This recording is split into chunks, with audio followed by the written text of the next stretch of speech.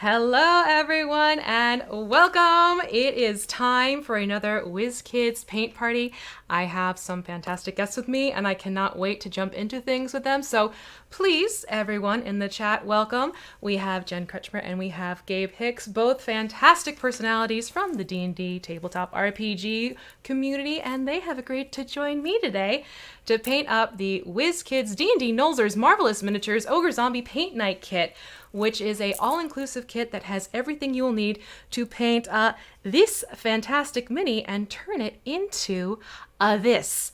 Now, if this is your first time painting with us, we are going to take a look through the kit and everything it will involve. Our end goal, hopefully, fingers crossed, because we will be doing this stopping at 7 p.m. Eastern Time, 4 p.m. Pacific Time. We will be doing this little fellow. However, if for some reason you need to hop off because life happens, things go on, or if you're going at your own pace, which is totally cool, you can absolutely download the instructions if you type in !instructions 4, and that will come up for you in the chat, and it's just a quick click and away you go. But this is our end game, so we're hoping to end up with this fellow here. Now, if you're also jumping in, you know that we're working with Idle Champions, and there is a lovely Electrum chess code that is available, and the chess code has already given my next ogre its name. Hate Bear Ruck is our code for today, which means that everyone, meet Ruck. We're going to be painting Ruck today, and he hates bears. It already wrote itself. So that all being said, Jen and Gabe, I would love to have you introduce yourselves before we jump into things. So, Jen, why don't you start us off, since you are the first window above us? Sure. Hello, I am Jen Kretchmer. You can find me on Twitter as @DreamWisp. You can find me streaming on Twitch as DreamWispJen. I'm a writer, producer, actor, creator. I'm one of the authors on Candlekeep Mysteries, D&D's hardcover. I am the creator of the Accessibility and Tabletop Resource Guide. I'm also the creator of the Disabled Pros in Tabletop directory, which is open and has around 200 people right now. I am part of the cast of Heroes of the Plains, and I am actually in Idle Champions as my character from Heroes of the Plains, Alindra. And I've been painting minis for almost 20 years. I love this stuff, so I'm so excited to be here today. I am absolutely for having me. Thrilled to have you join us, especially since you have a background in miniature painting, which I think is fantastic. Now, there is a command for you, however, it does not seem to be popping up, so I'm going to tweak that when I have a chance. But do be sure to check out Jen's in Twitter. You'll see it's up right now, @DreamWisp. So go there, and there is a link tree available for you to click, and there is a fantastic resource for you. You can also check out a project that Jen has going on. If you type !access, it'll take you to a fantastic guide for accessibility in the tabletop roleplay community. All right, so Jen, thank you so much for that quick little dossier. Let's go to Gabe, darling. Let's hear from you. Hello, I'm Gabe James Games across the internet. I do cosplay, voiceover, game design. I'm game designer over at Roll20. I've worked with WotC, Paizo, all kinds of companies.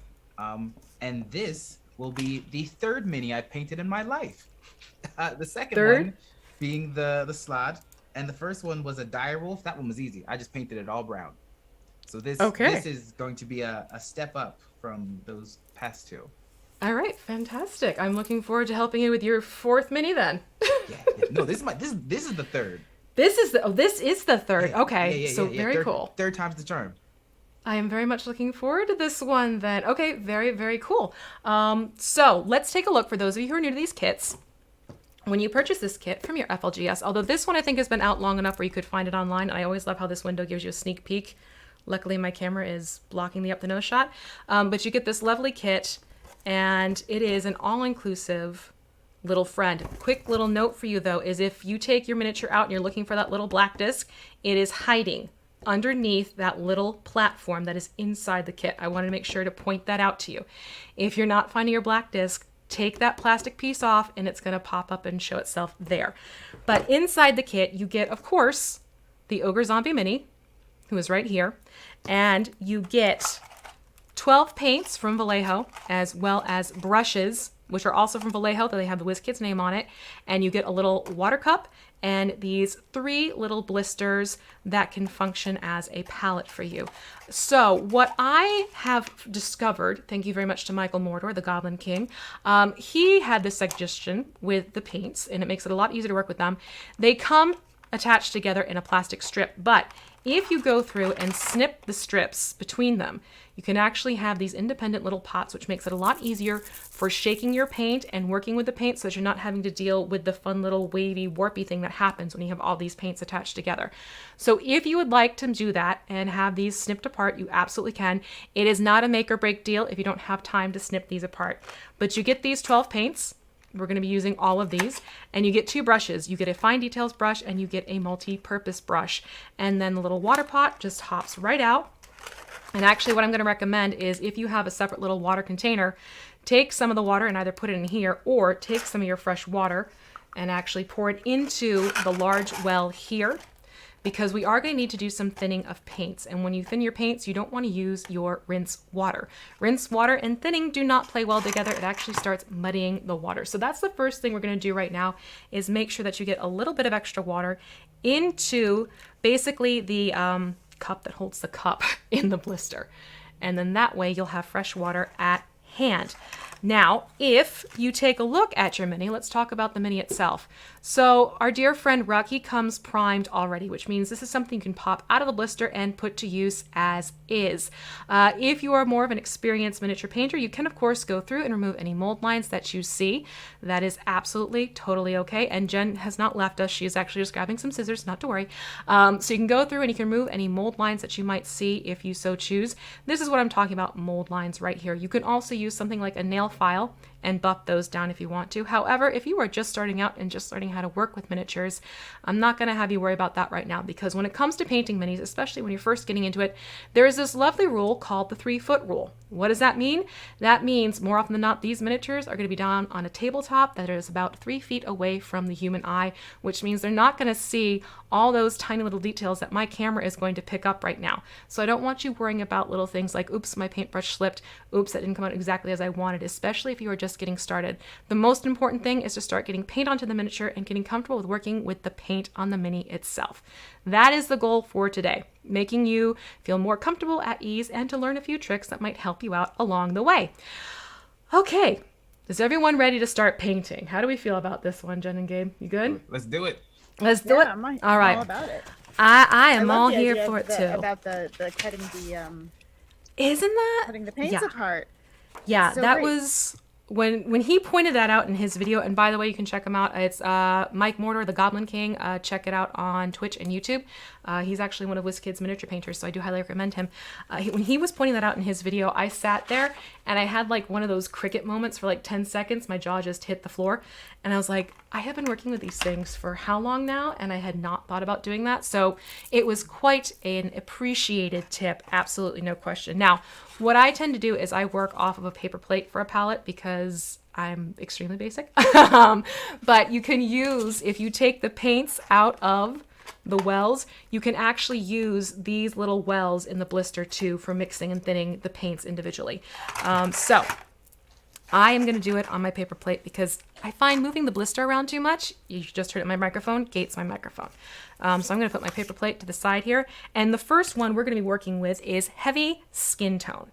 Pretty straightforward. This is what we're going to be putting on the majority of our ogre with the multi-purpose brush. Okay. And yes, don't forget, if you also want to get that code, the code command is activated as !code. Kept it very simple. So what I'm going to do is I am going to pop open heavy skin tone. And if you see some of this happening, that is not surprising. It's just something sometimes paint, depending if it's been in heat or something like that, it might well up a little bit. But when you open it up, you'll have this lovely neutral tan color on the inside. If you see anything like oil slicking or anything like that, or it looks like the paint separating, you may need to go in with the base of your brush and mix it just a little bit, and carefully, I will add. Don't mix it too quickly or you're gonna like get the paint to go up and over the ridge, which you don't wanna do, but you can mix it with the edge of your paintbrush if you need to. What I'm gonna do is actually take my paintbrush base, the bottom of it, not the brush itself, and I'm just gonna dip into the paint over my paper plate And I'm just going to do a couple scoops, quote unquote scoops worth from my brush and put it onto what is my paper plate, but you can put into your blister because you're not having to worry about a microphone catching every little sound that you're making. And then what you can do is with a paper towel, this is why I recommend making sure you have paper towels on hand. I'm just going to wipe away the excess paint with a paper towel so that I am not painting my hand in process of painting the mini. Although that will come up later. And then go in with your clean water. And I'm going to thin this out a little bit because it's still a little bit of a thicker paint. So to do that, I just dip my brush in the clean water and I put a few beads of paint next to the paint itself. So it starts creating this little bead over here.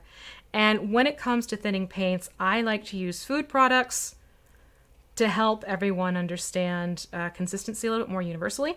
So we're looking at something like maple syrup or a heavy cream.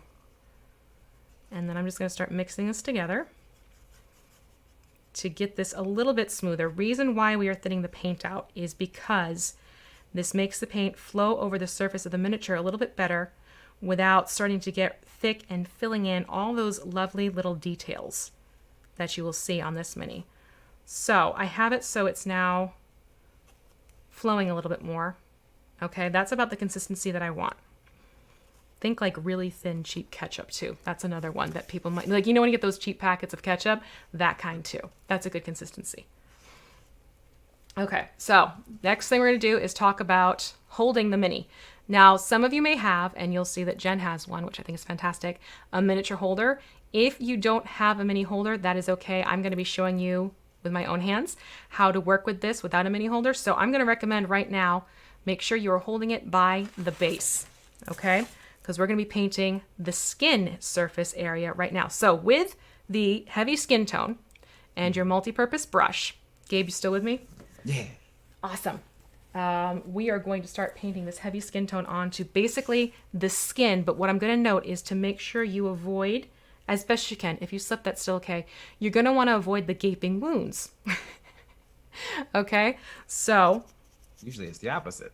I know, right? So we're going to go in, but there is a reason for this, and I'll explain it when we get to that point. So we're just going to go in and start getting this heavy skin tone onto the flesh. So this is what everyone needs to be doing at this point. However, that being said, if you decide you want to go rogue, and I don't mean the class, if you want to go rogue and you want to do your own thing, by all means, please do, because what I am going to be doing is every so often, we're going to be stopping and checking the progress to see what everyone is up to.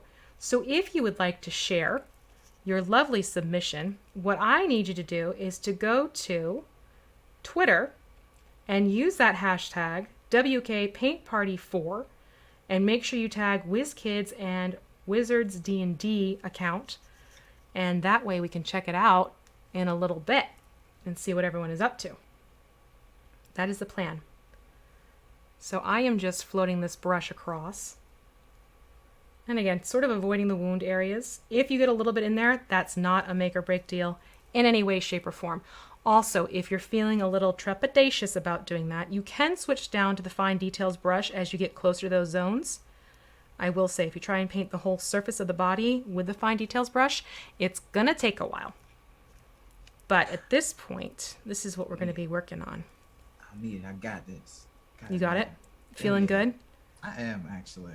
Yeah? How about for you, Jen? And How if you you feeling? get nervous at those areas, you can also reduce the pressure you're using on your brush, and the lighter you paint over that, the more likely it is you'll kind of glaze those areas, and your brush won't go into the wells.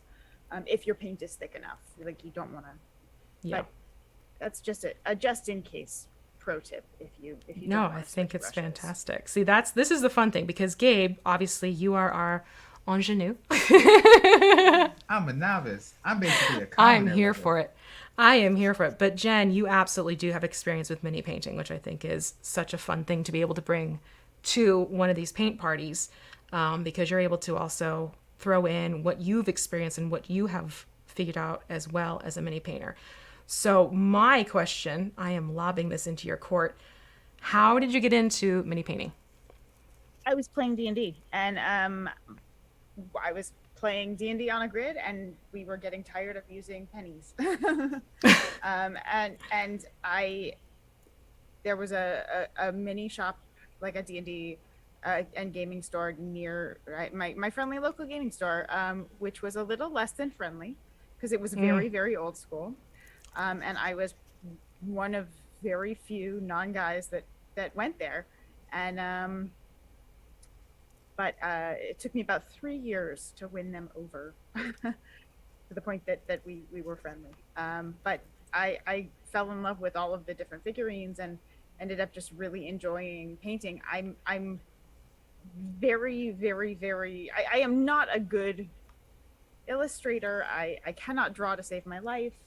I don't work well in 2 dimensions, but I discovered that I could paint because of the shape of the figurines. Something about it allowed me to really be creative, and it's very meditative. And so I started painting figurines for me and for my whole party. And it eventually got to the point that, you know, I was working on a game show, and I did figurines that appeared on the show, and I was doing commissions. And but you know, like I was saying before we started, I stopped painting seriously right before Dwarven Forge became a really big deal, and I'm very grateful because I would be living in an apartment made of Dwarven Forge rather than an apartment, because I would not, that would be what would have taken over my life at that point. But I love it. It's so much fun to paint minis. Okay, fantastic. And I love that it's so easy to fix mistakes. Yes. Like everything can be undone if it goes wrong. This is very true. That's why like I'm saying right now. I just got yep. on the kit. Yep. That's why I'm saying if you should slip, don't worry about it. Don't get stressed. I mean, I just went into one of the open wounds because I was turning the mini too fast, but I'm not losing sleep over that because I already know it's going to get covered up. Not a problem at all. So and the other thing people forget is you can turn your minis upside down. You don't have to paint it in the orientation that you start with. That is exactly it. Move your miniature around. It's actually a tip in the guide. Every time you move your mini around, you're helping yourself see a new angle. Another fun thing about moving your miniature around is that your brain stops matrixing the form. So it's actually easier for you to see the details when you're putting it in a position that isn't the usual upright that you're used to seeing humanoid forms in. Same thing for painting eyes. Moving minis is always a good thing. And I know people think, well, it's standing like this, I have to paint it like this. No, that's really not the case. You can hold it sideways the whole time and paint if you so choose. And we do have a command for Jen. It's one of those things I need to go in and figure out why Nightbot's deciding on all of them. I did check. The command is in there. It should be working for everyone, but I wonder if I need to do a redo of that. So I'm going to definitely take care of that during the break. But if you take a look at Jen's screen, look at the screen right now, we have DreamWisp up. So if you go to Twitter and you go to DreamWisp, the @DreamWisp, you will get taken to Jen's Twitter account, where there is a fantastic Linktree link to take you to everything that is going on for Jen. So, pardon me while I clear a little frog in my throat. Okay, so Jen, you've gotten into mini painting and have had some experience with doing so. Gabe, this is your 3rd mini. Yeah. So this is a question that I'm going to start with you and then see what Jen answers in response as well. What was your first mini and why? It was a direwolf. And it was because I had been playing in a D&D game, and my goal was I wanted a pet, basically. And we came across this giant direwolf, and I'm like, that one. But then the DM started describing it, and it had like all these ornate patterns, and I'm like, I'm never gonna find a miniature that looks like that. So I was like, I'll do it myself. And it was far from perfect, but it was fun to try to get into it, because it was just like, okay, you know what? First, I'm just going to make it all brown. And then I was like slowly adding more and more details to it and getting more and more comfortable. And then I realized like I could customize it to whatever I wanted it to be. It could be an abyssal direwolf if I tried to put those colors into it. And it made me like want to do more of this stuff. So when you like reached out, I'm like, yes, teach me how to do things. Because it's an overwhelming world if you don't know where to start. It can be, yes. I'd walk into a store and see like rows and rows of paint, and like 6 different types of red, and I'm just like, I don't know. I was just trying to make a red dragon. What's happening? No, it's very true. That's honestly one of the reasons why I do appreciate these kits, because it takes a lot of that guesswork out for you and it gives you a chance to learn the how to first before you start getting into the why of it all. Yes. So it's one of those things where if you are just starting to get into miniature painting, then if you can find anything that's set up like a kit like these, you'll find it does help you get into the swing of things. And again, the paints included in this kit are Vallejo paints. I will, however, say, just from experience, having worked with many other beginners, oftentimes what can also be sort of a stopping point, like yes, these kits are actually quite reasonable, but some people say, but then I can't afford the nice paints afterwards. You can work with craft paints for a little while to figure out how to paint the minis as well. There is that sort of like, oh, you can't use a craft paint. You absolutely can. I have painted many a miniature with craft paints and people thought I had used a different paint, which was not the case. So don't let the idea that you can't afford it either. Because quite frankly, you can get minis in packs of 2 from WizKids that are $4.99 US dollars. And then if you just run down to a different store and pick up some craft paints with the colors you're looking to do, oftentimes those are more budget friendly as you're starting to get into the process of learning how to paint miniatures. When you feel more confident and comfortable, then by all means start exploring and looking around and checking out different types of paints. And you may even find that you have personal preferences as to which paints you like to work with. That's why I will say never fall into the trap of saying, this is the best paints, these are the better paints, because oftentimes people may purchase the paint and try it out and realize, wait a minute, this isn't working like it was working for someone else. Well, that's okay, because it may have worked better for that certain individual because of how they paint. You may have a different painting style and approach and find that a different paint brand works better for you. So those are my little behind the scene paint tips for everyone and giving you some guidance along the way. But yes, basically we're still putting the heavy skin tone onto all of the flesh. Right now I'm focusing on the torso and the arms. And then once I get the upper body done, I will jump down to the legs. But as you go along, I'm going to point out, yes, you have the legs, but you also have these lovely little heels that could use a good pedicure, quite frankly. There are heels at the very back here, as well as toes. The toes are more evident, but the heels kind of get lost with the wraps. So just a heads up, there are heels you can paint poking out of the back of at least the one foot that isn't half raised. The other one, you can kind of treat that as a wrap if you wanted to, but I did personally like painting those up as exposed heels on the back. How often do people ask you questions on this kind of thing?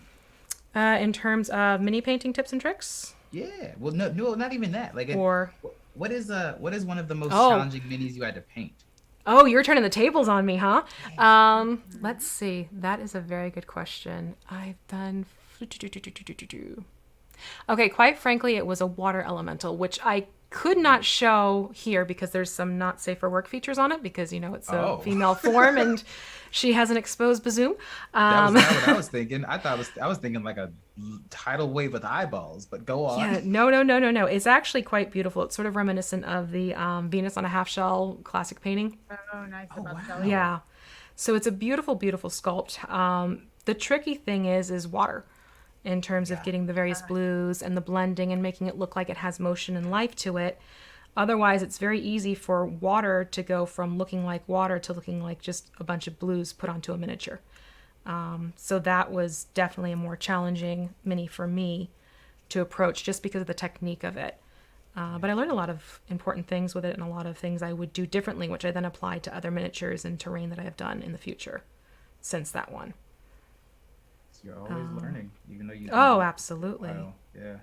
Yeah, you can be a miniature painter for years upon years upon years and still learn something new, something different along the way, which I think is a fantastic thing about painting miniatures.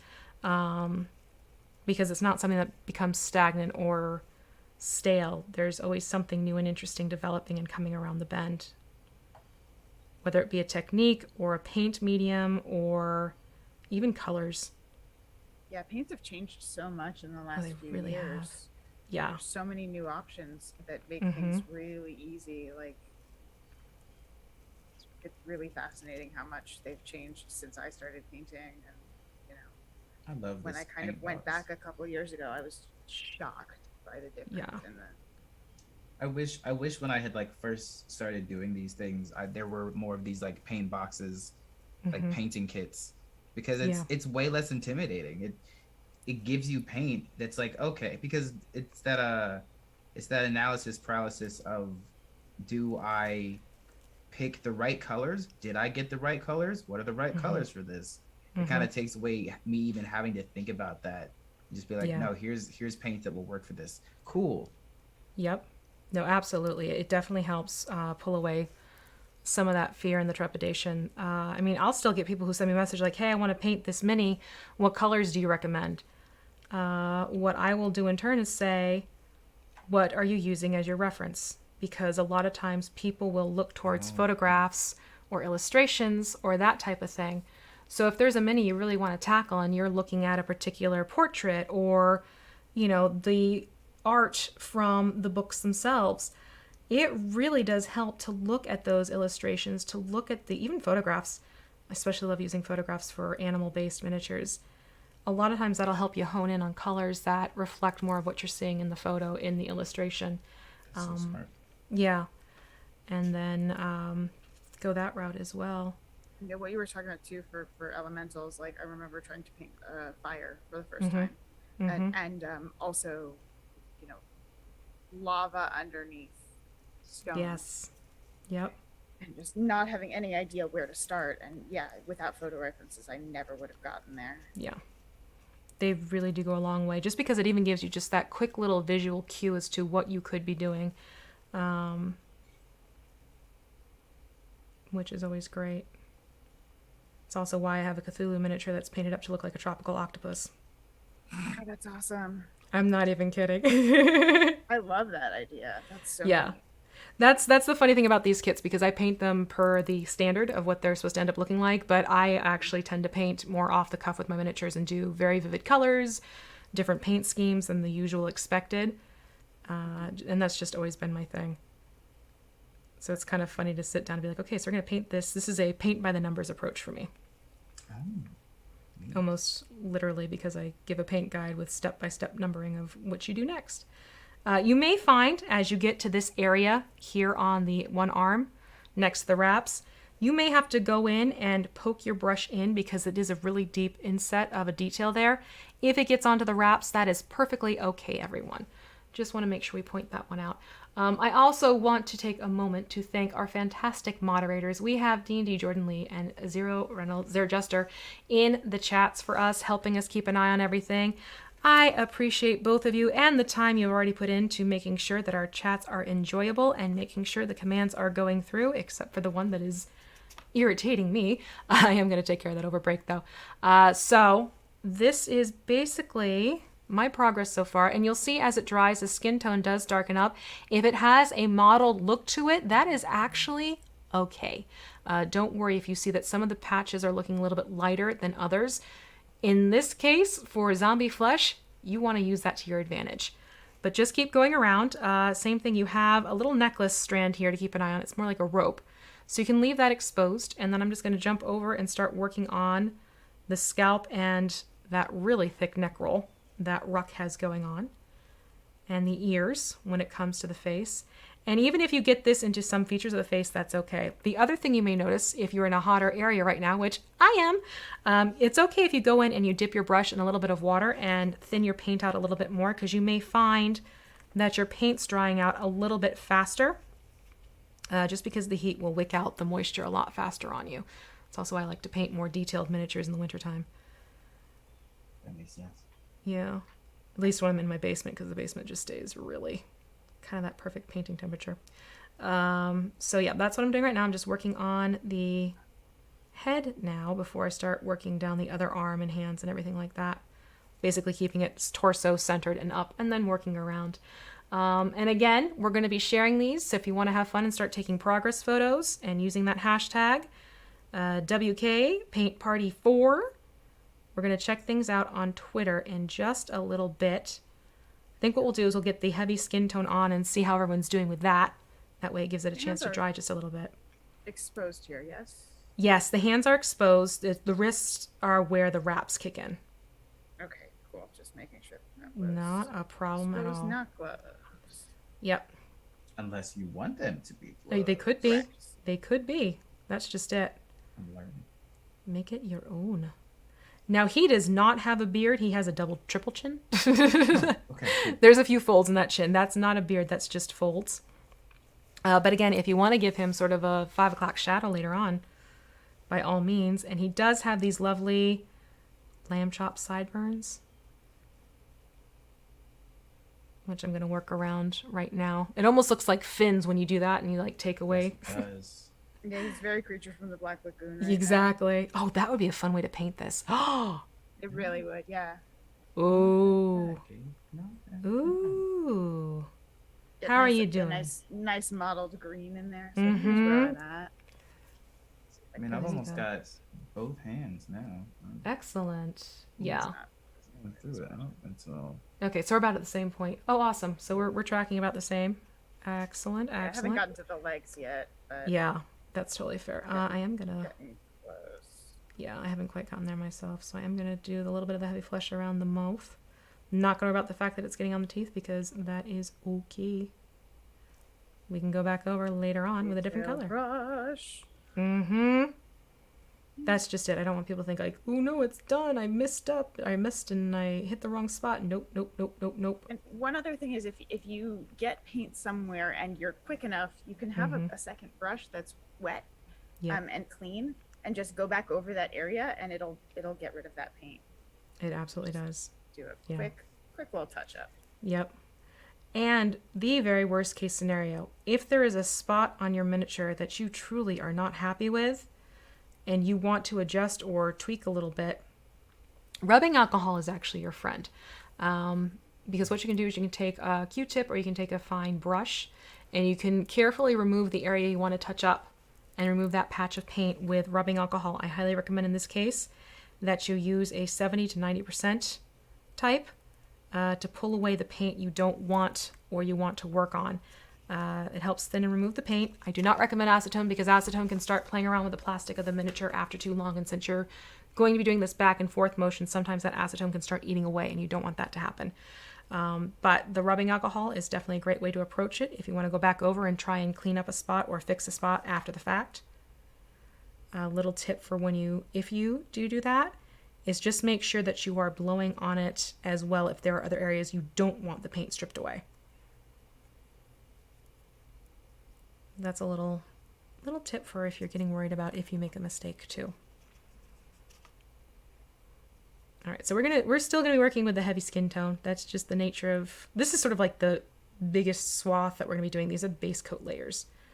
So we're getting the base coat on the skin, the base coat on the loincloth and the wraps and everything else.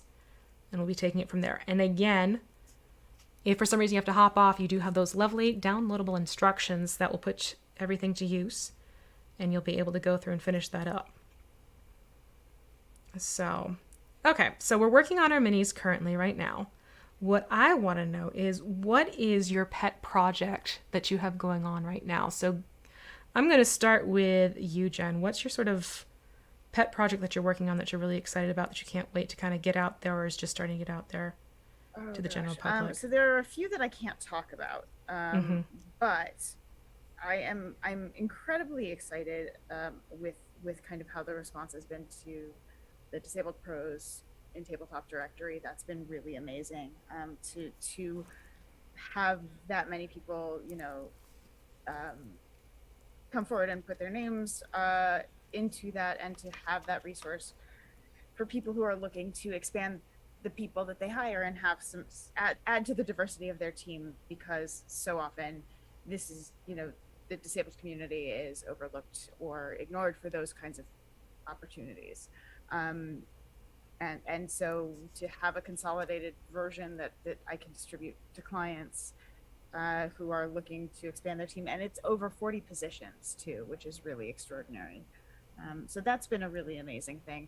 I'm also really having a blast on the show that Gabe and I are on together, which is The Nightlife, which is a Vampire the Masquerade show for Play Renegade, on Play Renegade for Renegade Games on Wednesday nights, where we have two of the most amazing, ridiculous, lovable vampires on the planet. That's wonderful. I'm going to point out a little quirk here. I had a bubble in my primer, so I'm going to treat this as an open wound. That's what this is. Please don't think that I have missed a spot or think you have to create a spot if you've already painted that over. I meant to mention that earlier. Neat. But yeah, so I have a unique little hiccup, but I'm going to use it to my advantage. And yes, so I made sure that we have also as well the links to Heroes of the Plains in there for Jen, because that is your Tuesday night game, is it not? That's my Tuesday night show. Yeah. Yeah. I'm trying to talk with a brush in my mouth. We've been playing I do it that, all the time. that game in one form or another for about 3 years now. And it's just, it's family. I mean, it's an amazing group of people. The story is a ton of fun. So many of us are in Idle Champions now. It's just really, I love Tuesday nights. I look forward to it every week. And Heroes of the Plains it's a joy to be part of, and I'm so honored to be part of that story with those people. Fantastic. And we do have that chat command. It looks like, oh, lovely. Thank you so much. It's been activated. So if you want to check it out, by all means, click on the link. That also means that, Gabe, you have a Tuesday show too, don't you? Yes, I do. It is on that Bronze Girls channel. It is Shakar. It is honestly the longest running D&D campaign I've played. We just had our 20th episode yesterday on this past Tuesday. Have gone from level 1 to 4, like long-term adventure. I'm playing a druid to no surprise because I love my nature babies. It's been so much fun. We've done a lot of like homebrewing stuff of like making our own spells. We actually keep track of rations, which is great and terrible. But it also has led to a whole bunch of cooking mishaps. I play with Xander Jonaret. I play with Lord Balvin, that Bronze Girl, and Josephine McAdams. And it has been the game that I've wanted to play in a long-term scheme for a long time. And I just never realized. What time does that start? Because I was able to find the Tuesday information. For the life of me, I, for some reason, could not find a start time. We start at 6:30 Pacific time, generally. Okay. Yeah, and I say 6:30 because like we might go live at 6, but we're talking until 6:30. Okay, that's a fair point. Okay, so 6 to 6:30-ish. Yeah. Tuesdays as well, Pacific time. You can go check that out too. And I Really know great. Jasmine's a spectacular DM. Oh God. Yeah, it's worth checking out both of these. And I know, yes, there's overlap in start times. That's also why there's video on demand available. We have reruns for that Ta-da! Why we have VODs and podcasts. Yep. Please do go check out both. I've enjoyed watching both of them. I'm very much the lurking type more often than not with games because I'll be listening more than responding. Oh my God, I feel that. Yeah. So it's going to get interesting when we get into the undercarriage of the ogre. There are points you're going to want to paint, and I love how these miniatures always put me in the situation of like, how am I going to phrase this and keep this so it's appropriate? So if you need to get in the underside of your ogre, you may find that you're going to have to work between the legs and poke with the brush, and there's really no other good way to explain that. Yep. Get in there, get brave, get the paint moving. And if for some reason, oh God, yeah, it is. Good for them. They didn't skip. Yeah. So just a little tip right there for how to reach into that tricky area. And it definitely helps to hold upside down too and move it around, as was brought up before by Jen with a little mini painting trick. The underparts definitely are challenging Maverick too for many a miniature.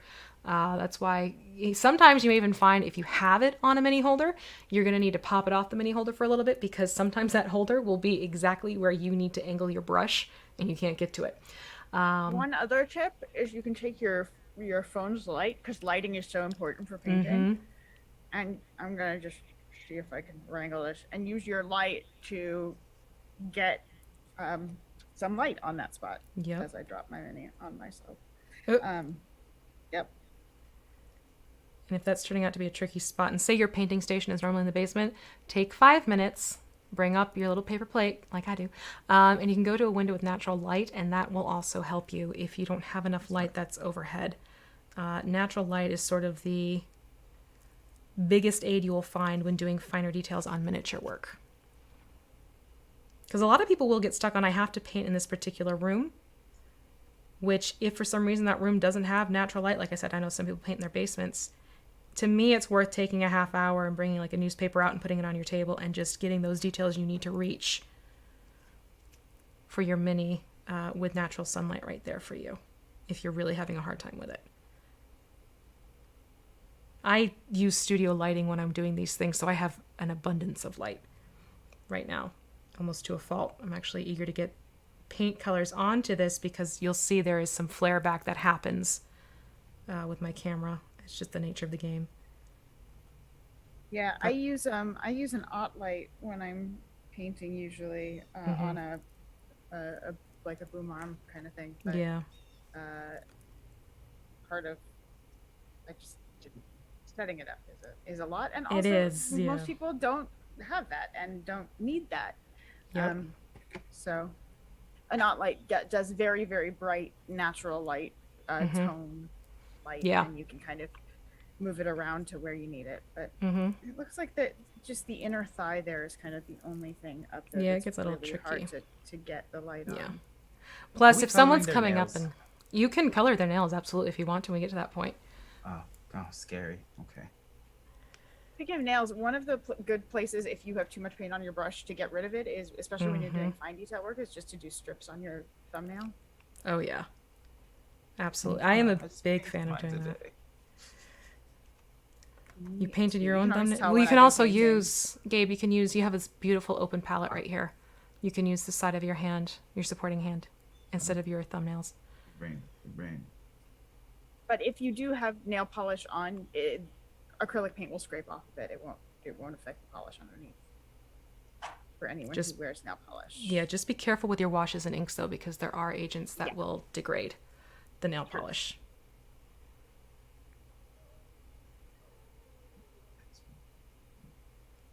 How's everyone doing so far?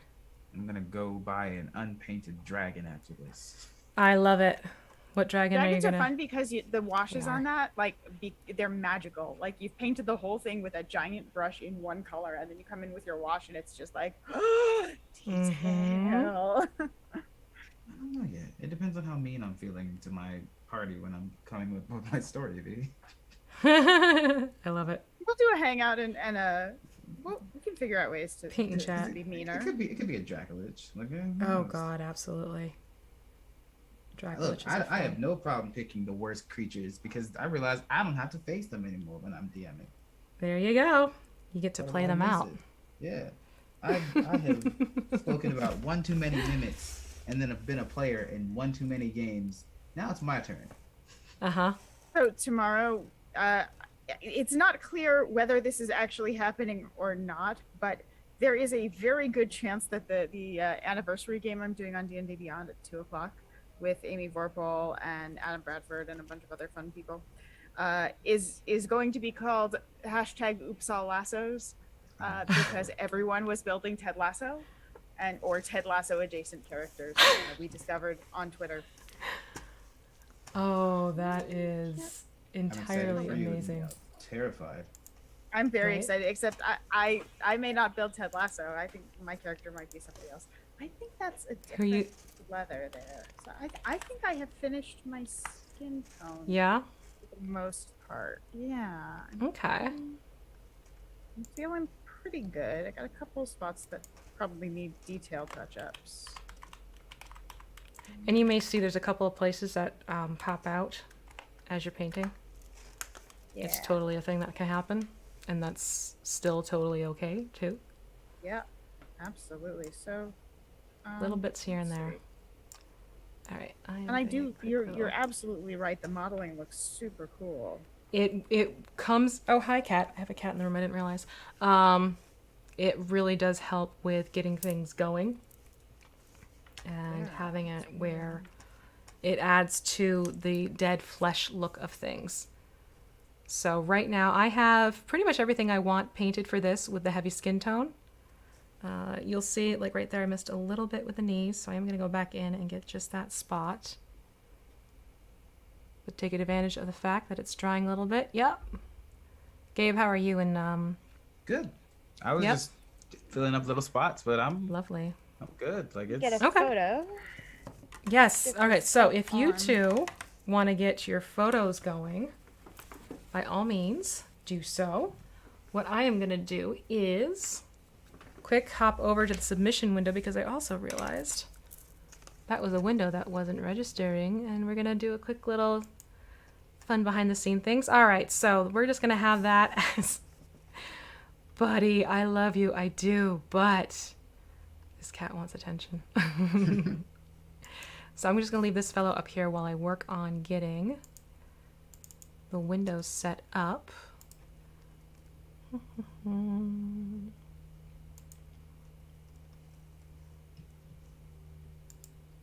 Okay, so V, what's our hashtag again?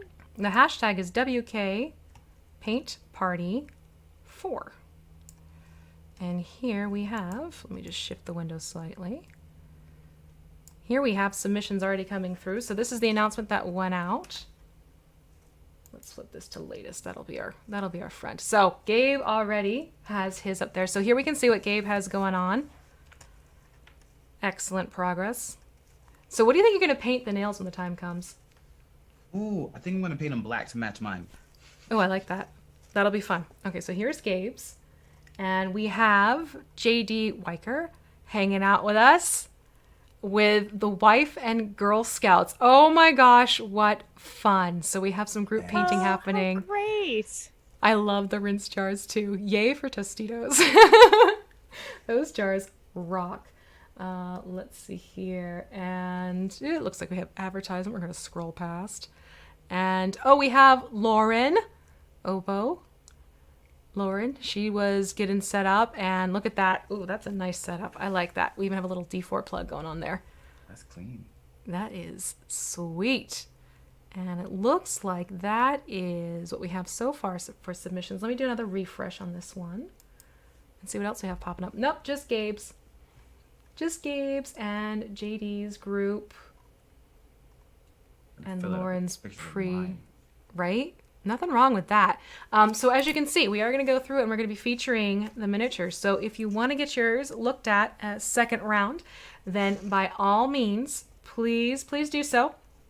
And in our second wave of taking a little breather, we're going to take a look at those things. So right now we're going to go back to the main screen. And now that we have the heavy flesh tone, or the heavy skin tone, I should say. I keep wanting to say flesh tone. Now that we have the heavy skin tone on there, we're going to switch over to heavy sienna. Okay. And that is that darker brown. This one right here. All right, so this is the one we're going to be working on.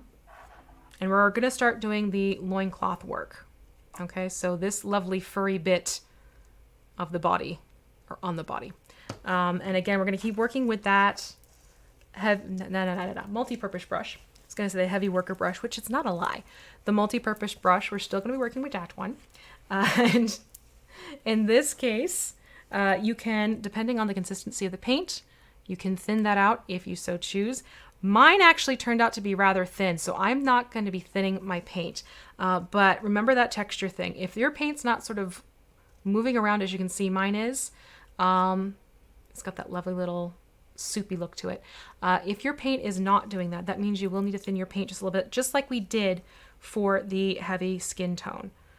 Just a little heads up there for you all. But my heavy sienna is actually the consistency that I want.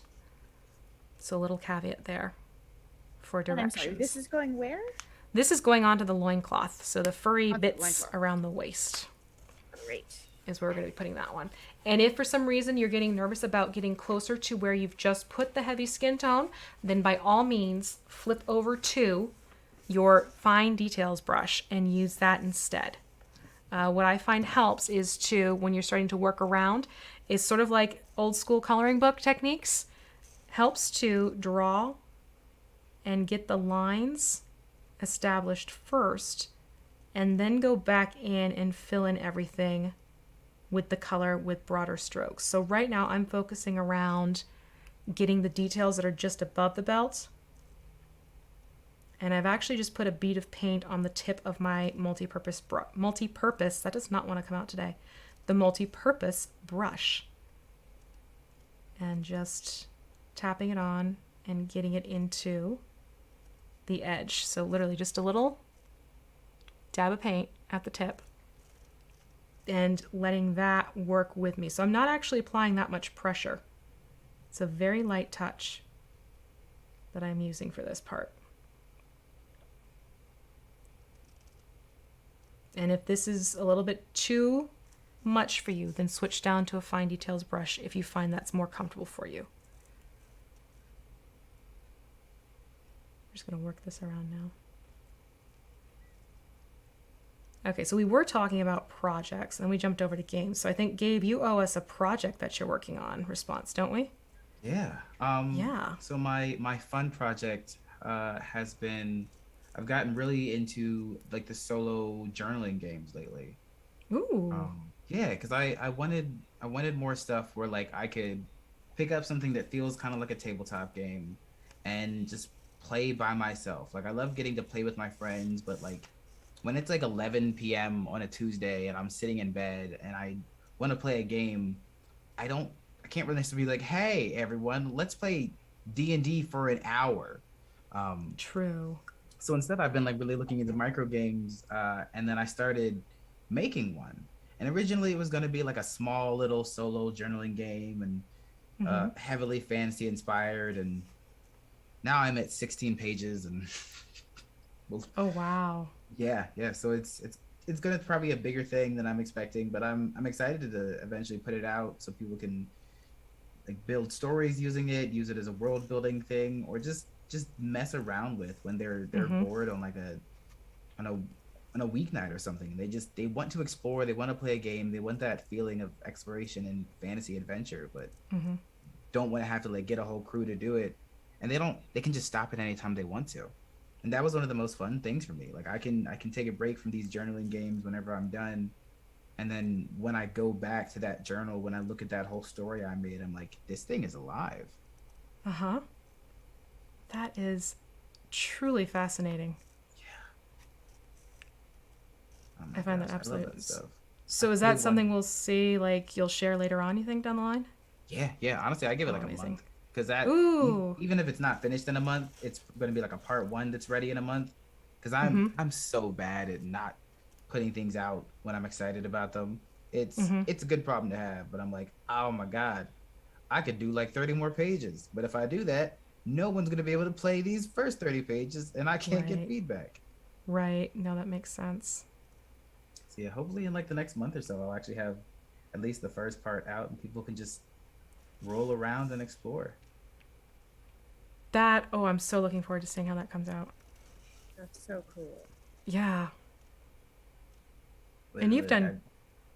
I do a lot. I do too much. Yeah, Whenever I find a thing that I like, I'm like, I want to do that. And I used to be so nervous that I could never do those things. And then when I started being able to like in tabletop or voiceover, when I found myself actually able to do these things, I just at some point decided if I wanted to do it, I'm just gonna try doing it. And even if it's not a job, if I have fun, then it's worth it. Oh, absolutely. You even done work with Motherlands, right? Yes, I did. I do a lot of the world building and design writing for it. I worked on a couple of the cultures. I wrote the majority of the cities. I've worked on a bunch of the creatures. We talked about the elephant culture, the elephant species, and one of the things that I actively wanted was like they would have no need for tusks, because tusks were kind of like an evolutionary thing of having a defense mechanism against predators. And when they're like anthropomorphic elephants, when they can move around, when they have ships and spears and everything, they don't really need the tusks at that point. So they just wouldn't need to have them. And that was when people like, I didn't realize people would latch on to that logic so fast. I was like, oh, I didn't know that was a cool thing. I just thought it was science. And I was like, yeah, science makes sense to me sometimes. Oh, but I like that. That's really awesome. I loved looking into animals and biology, and then seeing like what like their evolutionary line could have been as things became more dangerous or had natural abilities. And then it's like, well, where did it come from? Like we see plenty of is it an iguana that can change its body to Chameleon? Yeah, chameleon. Thank you. Yeah. So like, what if a chameleon had never needed to evolve in that way? What if some other creature? So chameleons are great, but can you imagine if a snake could do what a chameleon does? Ooh. I don't want to because then they'd be even better at hiding. Exactly. But it's possible. That's where my brain like really, that's when it really just goes running. Mm-hmm. Oh my gosh. Bugs are gross, but Yes. the concept of like dire bugs is something no one ever really talks about. Oh. Mm-hmm. Yeah. Exactly. Nope. And Nope. ants are horrifying. Oh my God, they're brutal. They can live like 100 times their size and weight. Right? You do not want to mess around with. No. No. A Tarrasque is basically an ant and a dog turned giant. Okay, that's fair. Yeah, not incorrect. Yeah, that's a statement that I could get behind. And I love that it was made here. I 100% agree with you, Gabe, about using real world biology to inspire. That is like, the weirder I want my creatures to get, the more extreme I will look at, like more extreme climates I will look at to develop that. Because it just, there's always like the features that things like creatures have evolved to survive in places they shouldn't be able to survive because nothing survives. I mean, you obviously like tardigrades and things like that are really straightforward examples, but there are things like there's a beetle in the hottest part of the hottest desert in Africa that has these ridges all along it, and it'll stand on its head. It makes itself really big and stands on its head upside down all night. So it collects the water, and the water runs down to its face. Like, what? Who comes up with that? That's smart. Evolution. Have you seen those skunks that do handstands? Mm-hmm. And then people are like, "Oh, it's doing a handstand. That's cute." And then it's like, Run. No. Run. That's Aiming. exactly it. Move. That is Like- yeah. Like platypi have venomous back feet. Why? Mm-hmm. Why? Thought that was okay. They're So many cute. things that people think are cute are just genuinely terrifying. That's true. But Gabe, you're vicious. You can be vicious. Yeah, Gabe is fierce. Yes. There you go. Absolutely Gabe is also ferocious. A wonderful teddy bear. No, I love you, Not Gabe. true. Can't prove it. No factual evidence. We're talking about fantasy. Oh, right. Sorry, Gabe is ferocious, terrifying all the time. Absolutely. 100%. God, what is happening to me? I like mini painting. Crap. Good. Yes. One of No. us. No. Someone said that earlier in the chat. They're like, one of us. Yeah. Yep. No, there's this lovely thing that happens with mini painting that I love to call the Zen. That as you start getting more comfortable and accustomed to holding the brush and really focusing on what you're doing, you get this almost meditative state happening. And Just seeing two colors on this thing, I'm like, this is fun. Oh no. The bug. welcome, darling. You've come to my side of the playing field. Welcome to the arts and crafts side of tabletop games. But no, it really is a thing that happens for a lot of people, and I love it when people can experience it during an instruction setup where they just sort of really get into the groove of it and find the love already. You will find going through with this loincloth, because of the texture, you may have to get more into a poke approach to get into those grooved areas a little bit more easily. Just make sure you don't overload your brush and put so much paint on it. When you go into poke, you're leaving these big globs of paint behind. If that happens, simply go over to a paper towel, remove your excess paint, and you can actually pull away the paint that you don't want to have blobbing into your details with your recently, not unpainted brush, but the brush that's just recently removed the paint from, is what I'm trying to say. So just a little tip there. But I think it's amazing that you both, with your strong game development backgrounds, tap into the world around us too for inspiration. If feel like at a certain point you have to, because in order to build worlds, you have to understand the process of, like, so much of game design and DMing or GMing is curiosity. It's asking why. And when you're asking why, you're trying to figure out how something came to be. The consequences, you're thinking of what the consequences are of things, and then you're trying to also backwards engineer from consequences. So I think biology, I mean, I've always been fascinated by science and biology, but biology in particular just comes in so handy when you're trying to come up with creatures that are different, but also you just learn so much about the world we actually live in, which is fun. So, with everything that you've done, Jen, has there been something that has very much been inspired by the world around us that helped you create something? Yes, and I cannot talk about it. Ooh, so we've got the okay.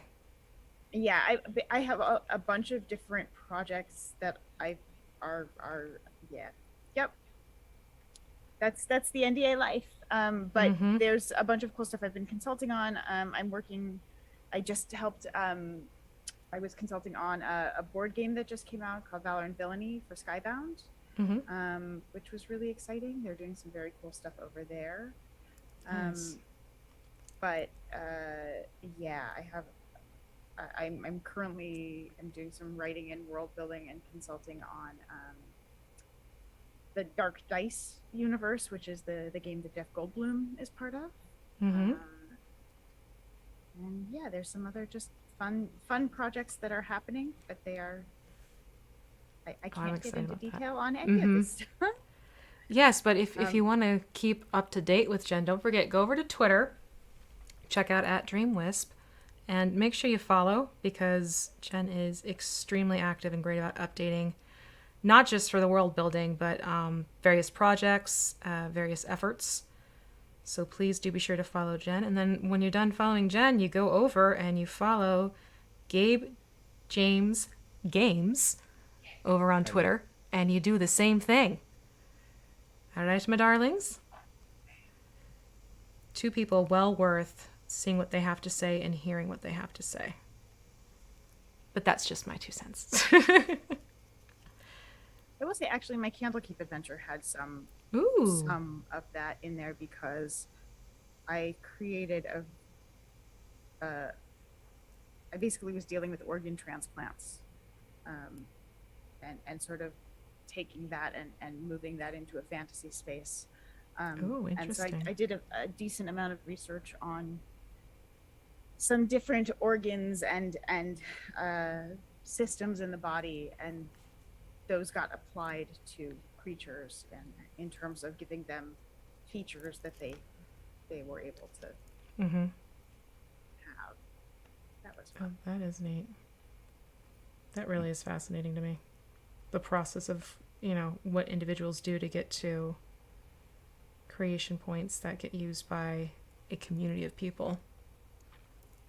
Yeah, I'm a research nerd, so anything I work on, I tend to just go down rabbit holes of information, and then jump from there to another place until I find the thing that feels like it clicks and is the right branching off point for a story, for a universe, for a world. That's kind of how I've always worked. I have to find the thing that I connect to for a character or a story or a world before once I have the one thing, then I can build out the rest. Now, what about you, Gabe? What's sort of your starting point when you start building something, creating something? Is it sort of similar for you? You start doing your research, or do you sort of have your aha moment ahead of time? So I definitely have my aha moment ahead of time, and then I just start thinking of as many ideas as I can and just putting them out. And what I'll do is I'll come into them later and parse those are the ones that are the most fun. Because for when I'm world building, I might have okay, I know how I want this story to end, and then what I do is I just, for myself, I come up with a bunch of random pieces on how they can get there. I'm you know what? I definitely want them to be eaten by a gigantic lizard snake that teleports them to another dimension. Okay, well, how the hell should I do that? How the hell should I do that? And Right. that's one of the most fun things for me, because the other thing is whenever I'm coming up with stories or ideas or creatures, my stuff changes a lot in the moment, just because the input from people I'm playing with might change what I want something to do. If someone sees a skeleton and then they're like prepared for it to release a storm of frozen breath because it looks like it was an icy behemoth, even if all it did was shoot hellfire, it's probably going to shoot cold stuff now, because then it's cool to see different changes that people have done. I have had plenty of creatures that I've made that in the end didn't function anything like I planned them to, because it was more fun to let the people be right about what it did. Yeah. Or like I've had hidden cities that existed because someone asked if there was a hidden city below, and I'm like, there is now. Your players will do so much work for you if you do that stuff. Like, and not only that, but they'll tell you what will be fun for them. Yeah. So they're basically giving you cheat codes when they ask those kinds of questions. Oh, absolutely. Okay, The so best. I'm sitting here giving mini painting tips. You two are both fantastic DMs, GMs. What tip, based off your own style, would you want to share? Jen, let's have you start with that response. Start with Gabe. No. I think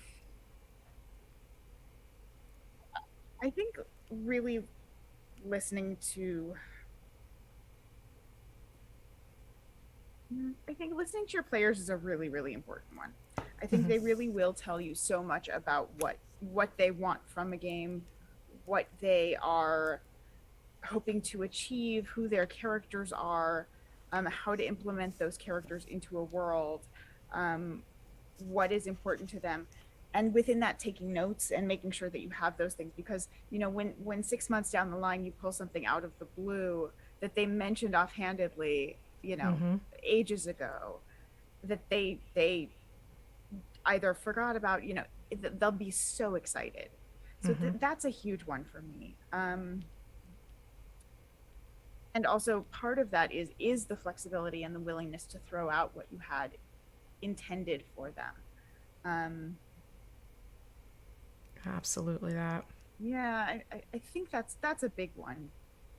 But also just, I guess that still falls under the umbrella of bring the fun, reward people who are supporting other people's fun, and ensure that you as a DM are there to support the players' fun, be a fan of their work, and their characters and the things they give you, the gifts they give you, because it's presents when they are giving you these ideas or these questions. I love that. It really is so true. Just there have been little things that a player has said, and just either the intonation or the focus they put on it for a moment that I want to build on because of clearly it's meaning something to them and wanting to see where it goes. But yeah, I love pulling in what players have to bring to the table, literally and figuratively. Yeah. For me, if you mess up, have fun. Like I have messed up on names so often that it's turned into something else. There was a time when I was doing like a murder mystery, and I introduced another character, and I gave them the same last name as the person they were protecting, totally by accident. And they were like, "Oh, are you related?" And I'm like, "Oh God, yes." So it became narratively canon that was their cousin, and it was totally an accident. But like, I messed up. But the other thing is, when you mess up and you're running this story, 9 times out of 10, unless you tell them, they're never gonna know. They're either gonna feel like it was a fantastic serendipity, or they like figured out the secret that you were hiding from them. And then it's gonna be like, okay, even I don't know what happens next, and that can be exciting. Or if you mess up and you really want to go back, just be like, that wasn't supposed to happen. I'm gonna redo that, because they're also gonna be like, oh, okay, cool. 9 times out of 10. Yep. Well, and nothing is real until it's real. So like it can be your plan in your head for what a canon thing is going to be, and then you get to game and that's not how it plays at all. that's fine. And the only thing that becomes canon is the thing that plays. Yeah. You know, the way it goes. Yep. The deciding to throw it out, only what actually happens is what matters. So there are Yeah, a lot of Everyone people. all the Yeah. time. Yeah. the I think mistakes a lot of there are just a gift to Yes. everybody. Failure in D&D. I think people forget you can't win D&D, and remembering that the only way to win it is by having fun This and making sure other people have fun. 100% That's agree. where it's at, and that for me is part of why I think I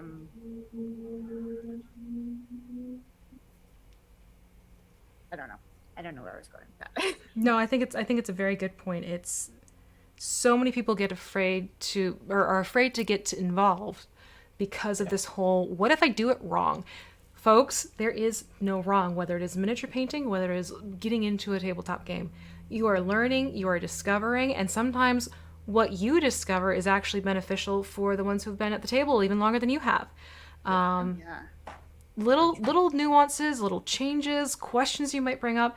There is nothing wrong with asking. There is nothing wrong with, like, learning from the mistakes or bringing something new. It is all good, and ultimately, have fun with it is truly the end goal for everyone. Yeah, I think this applies to things like character builds. Like I think there's been such an emphasis on strategic builds for games, and obviously each table is different, and how you plan to what you need for that game is different. But I think when you're talking about things like optimization, and there's nothing wrong with it having a character who is not optimized. Oh, yeah. Because that's the fun for the players. Yep. And that's where the story comes from, and that provides so many opportunities for failure, and particularly when we're talking like really non-optimized characters, like characters who struggle to do the things, because the struggle is the fun, the journey, the arc of becoming better at things. That's what it's about, right? We're telling a story, and a story needs an arc and a journey and a quest for characters beyond the just material quest. So I think when there's kind of a reaction of like somebody isn't looking at their sheet as a set of numbers and instead is approaching it as a character, as a person, for me that's actually the stronger choice. Because I would rather like someone has a strength of 6 and then they get a belt of hill giant strength, and then all of a sudden everything changes and it's become they become a legendary hero because they've found this thing, and then what happens if it gets stolen? There's so much you can do with that. But if you come in and you're awesome at everything all the time, and this goes for mini painting too, and anything in life, if you're awesome at everything all the time, it's really boring. Yeah. There's nothing interesting. The growth is the fascinating part of it. Completely 100% agree. I'm just going to quickly jump in and note that I have put this same color around the fur trim of the wraps. So now my wraps have that lovely little dash of heavy sienna around the top. Oh, the spike is most likely 0 to the fact that Idle Champions, don't forget, get your Electrum chest code, has put in notifications as well. Thank you to the lovely people over at Codename Entertainment. So please, that's most likely what's going on there. So you don't need to break the viewership. Just put it back to the 10, please. Thank you very much. Those are both really, well, actually, the whole thing is fantastic points to bring up when you're going into gaming. So again, we're getting the fur trim with the heavy sienna around the wraps. I'm also going to go in with my fine details brush, and I'm going to do that along, or I have been using my fine details brush. Take it back. No. Oh, I have 2 of the multi-purpose out. This is the problem when you have too many brushes around you. I'm going to go in with the fine details and do the lovely little sideburns that are going on here. And then what we're going to do is we're going to hop over to adding in color into the open wounds. So for the sideburns, are we still using the heavy sienna? Yep, it's still going to be that heavy sienna. So I'm going to put that on the sideburns, and the heavy sienna will also go onto the handle of the Morning Star. Yeah, He makes his own loincloth. What'd you say? Oh God, Makes his own loincloth. No, Matches the sideburns. I hate it. There's a little spot that I missed. V, tell From, me, from, tell me from his his loincloth sideburn doesn't come from his shavings. sideburns. Ib. V, What tell was me that's that? not how- V, tell me his loincloth doesn't come from his sideburns. I think That it is does. left to debate. V. Fully Nope. left to debate. Ruck does what Ruck wants. I'm not going to question Ruck. That's valid. Oh. Plus, it's a zombie, so, I mean, we're not exactly dealing with a high intelligence here, Okay, you got me there. you know? I guess it's impressive if that's the case and they're a zombie anyways. I'll give you that. The little nuances. I want to give Ruck, like, I'm now statting Ruck up in my head, Mm-hmm. and I want Ruck to be Lucky Rucky. I love want to that. give Ruck, like, some interesting reroll mechanic. I love that. That's fun. And also maybe some sort of, like, fey charm. Ooh. That's terrifying. Yeah. I have a whole big patch that I missed to flesh that I'm going to have to go back in. Oh, no. It's okay.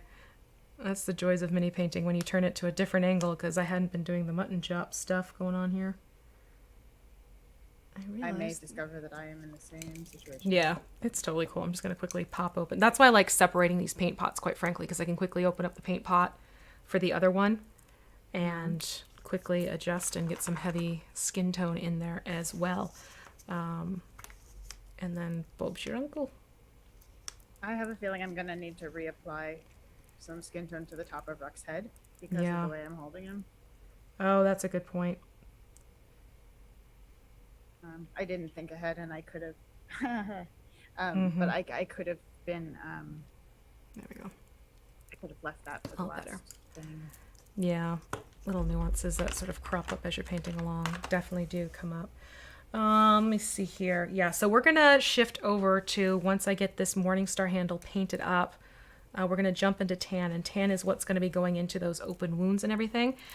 Because we're getting close to the hour and a half in, what I want to try and do is get it so we get tan into the open wounds pretty soon, and then we're going to put the ink wash on top of that, and that's what's going to create this lovely, gnarly, open gaping wound effect that you see happening here. Okay, so that is something where, because inks take a little bit of time to dry, I want to make sure we can have that going before we go in and take a break. So right now what I'm doing is I'm just taking that last bit of the heavy sienna, and I am using the fine detail brush for this. I'm going in and I'm just getting the handle of the Morningstar painted. Nope, pink, not water, to get that going.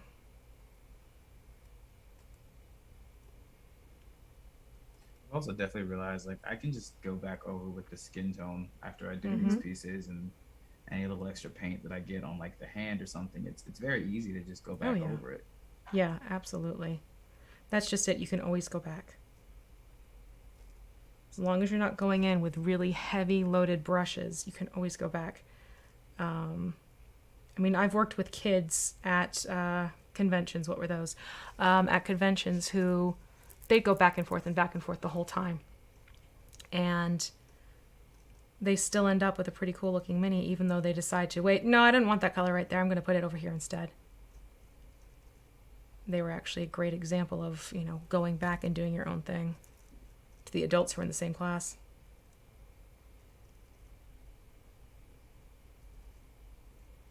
Almost there. It's making me want to play Shadow of War or something. Find out orcs and goblins. Getting a little darker. Yeah. I just ran a Kobold Press game, and there's a NPC in there named Scar, and he's one of the Crimson Ogres. Yeah. And I am sorely tempted to take another one of my Ogre minis and be like, we're going to paint up a Scar. Do it. Because such a curiosity of an NPC. But also Crimson Ogres look wicked cool. Okay, so I have... Oh, go ahead. No, go ahead. No, I'm just saying I have the pointing out what I've painted with the heavy sienna. So I have the handle of the Morningstar, the loincloth, the fur trim, and don't forget those collie mutton chops. Okay? Those need to be hit. And yes, Jen. I was gonna tell you that I have been watching your stuff for many years, so long before I knew you. Oh, wow. I had been a huge fan of all of your work. So I'm so excited to be painting minis with you today. It makes me really Aw. happy. That makes me really happy too. That's lovely to Yeah. know. Yeah. Thank It was, you. when I discovered your channel, it was very, very exciting. Because I hadn't ever really looked into other painters online. That was just, I sort of had, there were forums, but most of the stuff I knew was stuff I had either learned in person from, like there was when I lived up in Berkeley, there's Games of Berkeley had a painting hangout every week, and we had an amazing competitive painter who would hang out, Oh, fun.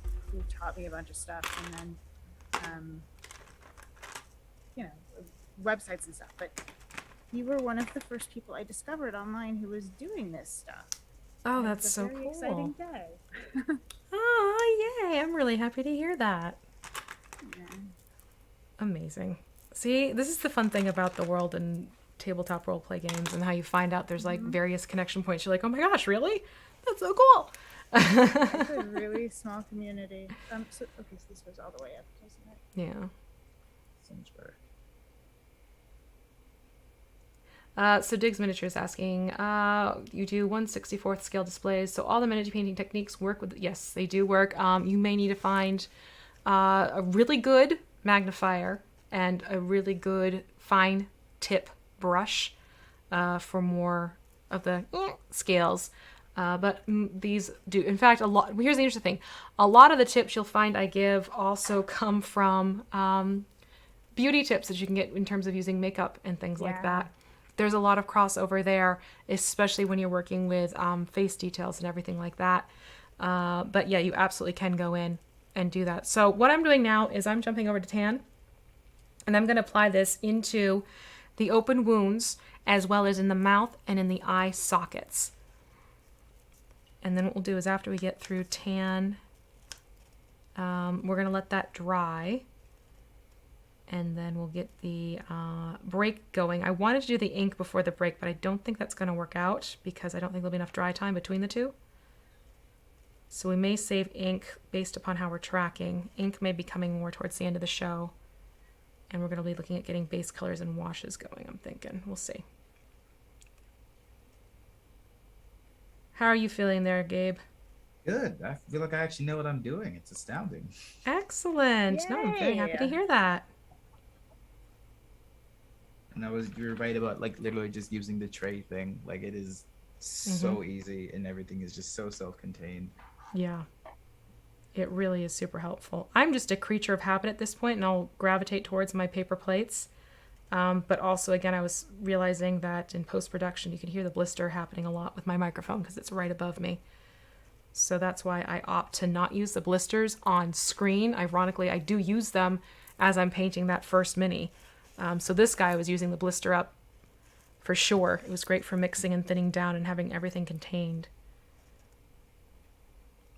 You're just putting the tan right in the wounds. Right into the wounds. And actually, if it gets a little bit up the sides and lipping up over where those wound flaps are, and I know that sounds horrible, Okay. you do want to have that happen. That's not a bad thing. It's okay. It's actually okay if this sort of hiccups out and over a couple times here and there. It'll enhance the gaping wound quality, which sounds horrible, but there you go, folks. I need more of that. Are we lining around the belt? Is there going to be like some black lining or something to define it? If you want to go and do that little trick, absolutely you can do that. Okay. I'm not going to yet, but I just Yeah. I don't. There's kind of that flat space there, and I didn't Yeah. what you put there. Yeah, I'm keeping this more as like a straightforward, so it's going to be the color of the belt itself and then letting the wash sort of pool in there Okay, cool. is how I'm treating that zone. But the technique you're talking about absolutely would work too. Yeah, I should clarify. Black lining is a technique where you go around details with a very, very thin black line, and then just kind of you can use paint to go kind of clean it up. But Yeah. it gives extra definition. It's a more advanced painting technique. It is. but But- it gives some extra definition to your details if you need them and they're getting lost in Yeah, the paint. it definitely pops out and looks amazing. But as Jen said, it's a little bit more advanced. So if you feel you have enough hours of painting under your belts, by all means, you can go look it up and give it a try. If you're newer, I would say hold off a little bit until you get a little bit better control of your brush strokes.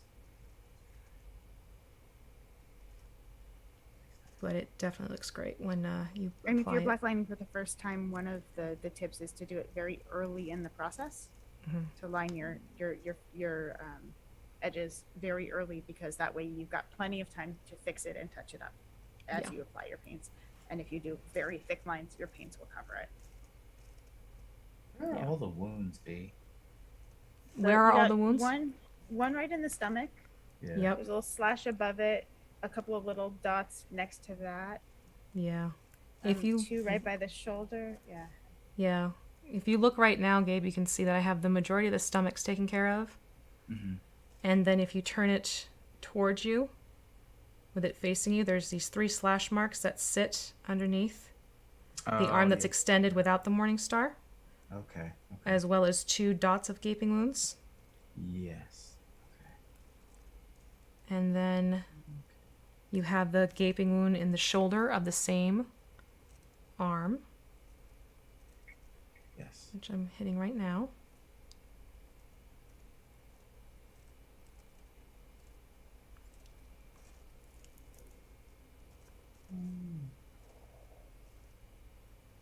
And the other nice thing about this miniature, along with the step-by-step written guide that I have created, you can head over to WizKids channel and there is a tutorial video that can walk you through the entire process for the Paint Night kit itself. Because as is the nature of these Paint Night events, usually we can only focus on certain elements. And in this case, we're looking at the application of base coats. And I'm hoping to get to the ink as well, so that you can get a basic miniature set up and ready to go for the table. This is wounds, mouth, and eye. Mm-hmm. Got Yep. it. Wounds, mouth, eye.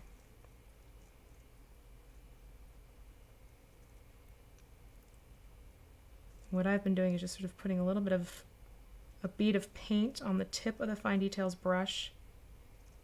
And the reason why we did the heavy skin tone first is because I actually want some of it sometimes to sort of lip up and over and get onto that heavy skin tone to enhance the gore of the wounds, as opposed to getting nice, fine, clean edges. Yeah. Otherwise, I would have painted this first if I wanted nice, clean lines. I would have put this in as the first color to start with, because then we could have used our brushes to edge around the open wounds. But this gives it a really, no pun intended, sick look. Okay.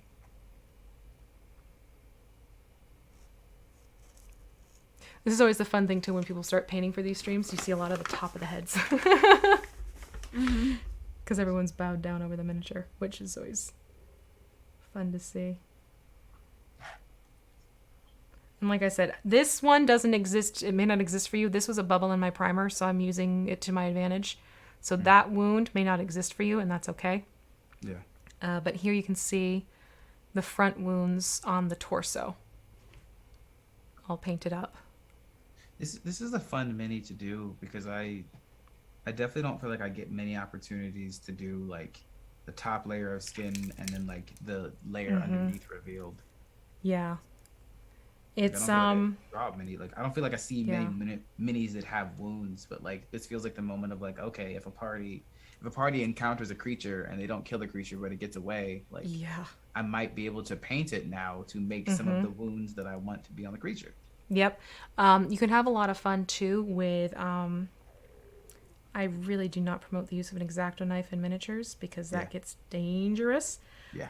But if you get a metal nail file, you can actually start creating an abrasion on the surface of the skin, so you get a texture to it. And sometimes some of them even have enough of an edge of a file where you can kind of file into the miniature to start creating a gape or a wound. So that's sort of a fun little trick if you want to take the same mini and make it look like it has damage. That's so clever. Yeah, just fun little things like that. Okay, and then don't forget there's that gaping gash that's along the knee as well, of the side that has the morning star. And I'm going to go in and I'm going to put this into the eye sockets. And if you have excess paint, this is what I do. I will sort of clean it up off on my knuckle of my thumb. And if you need, this is a good advice for stabilizing. If you need a little more stabilization with your miniature, it's sort of steepling. You can take your pinky and gently press it onto the shoulder of the mini, and that's going to give you more stability as you place a dot of this tan into the eye socket area. And you kind of want to have it look kind of like you know when you see on TV shows where people who are wearing mascara and it starts to smudge and smoke out on its own? Yeah. Yeah, you kind of want to have that sort of fill-in factor for the eye socket, as you can see right there. Goes a little bit beyond the eyeball. It goes into the ridge of the brow bone. Yeah. And it goes into here on your, and underneath the eye, that little hollow that happens.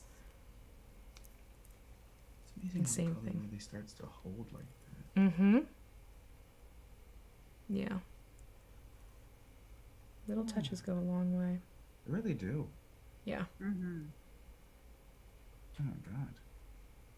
This is neat. Yeah, it's fun. And then I'm going to put this into the mouth. Don't worry if you get this on the teeth. In fact, do get it onto the teeth.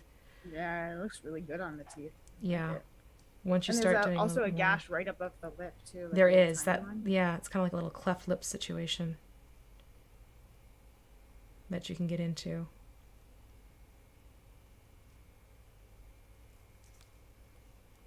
But yeah, we will get this in here and let this dry. We'll do a quick little progress look. Then we're going to take a nice little break so everyone can get up and move around. It is important to take breaks when you're painting minis. Okay, because you'll find if you've been sitting there for hours on end and you stand up, well, first of all, you're going to be really stiff. Secondly, you may find the next day that your muscles are hurting because you're using these finite motions on your hands and such. So get up and move around a little bit. When we take a break, I would like you to take a break too, please. Yeah, and if you have neck instability at all, you really Mhm. want to be careful with that. And pro tip for anyone who may be like me and have, you know, some sort of connective tissue conditions, soft collars are really good if you have to do a long painting session. I just wear like the kind of soft collar you get at the pharmacy. That Mhm. helps too. That's good to know. I will wear my back brace for the long haul commission work. No, don't focus on my suit. Focus on the mini. Hide your body. Hide your Basically. face. Yeah, I'm happy with that. That looks Awesome. great, Gabe. Yes, look at you.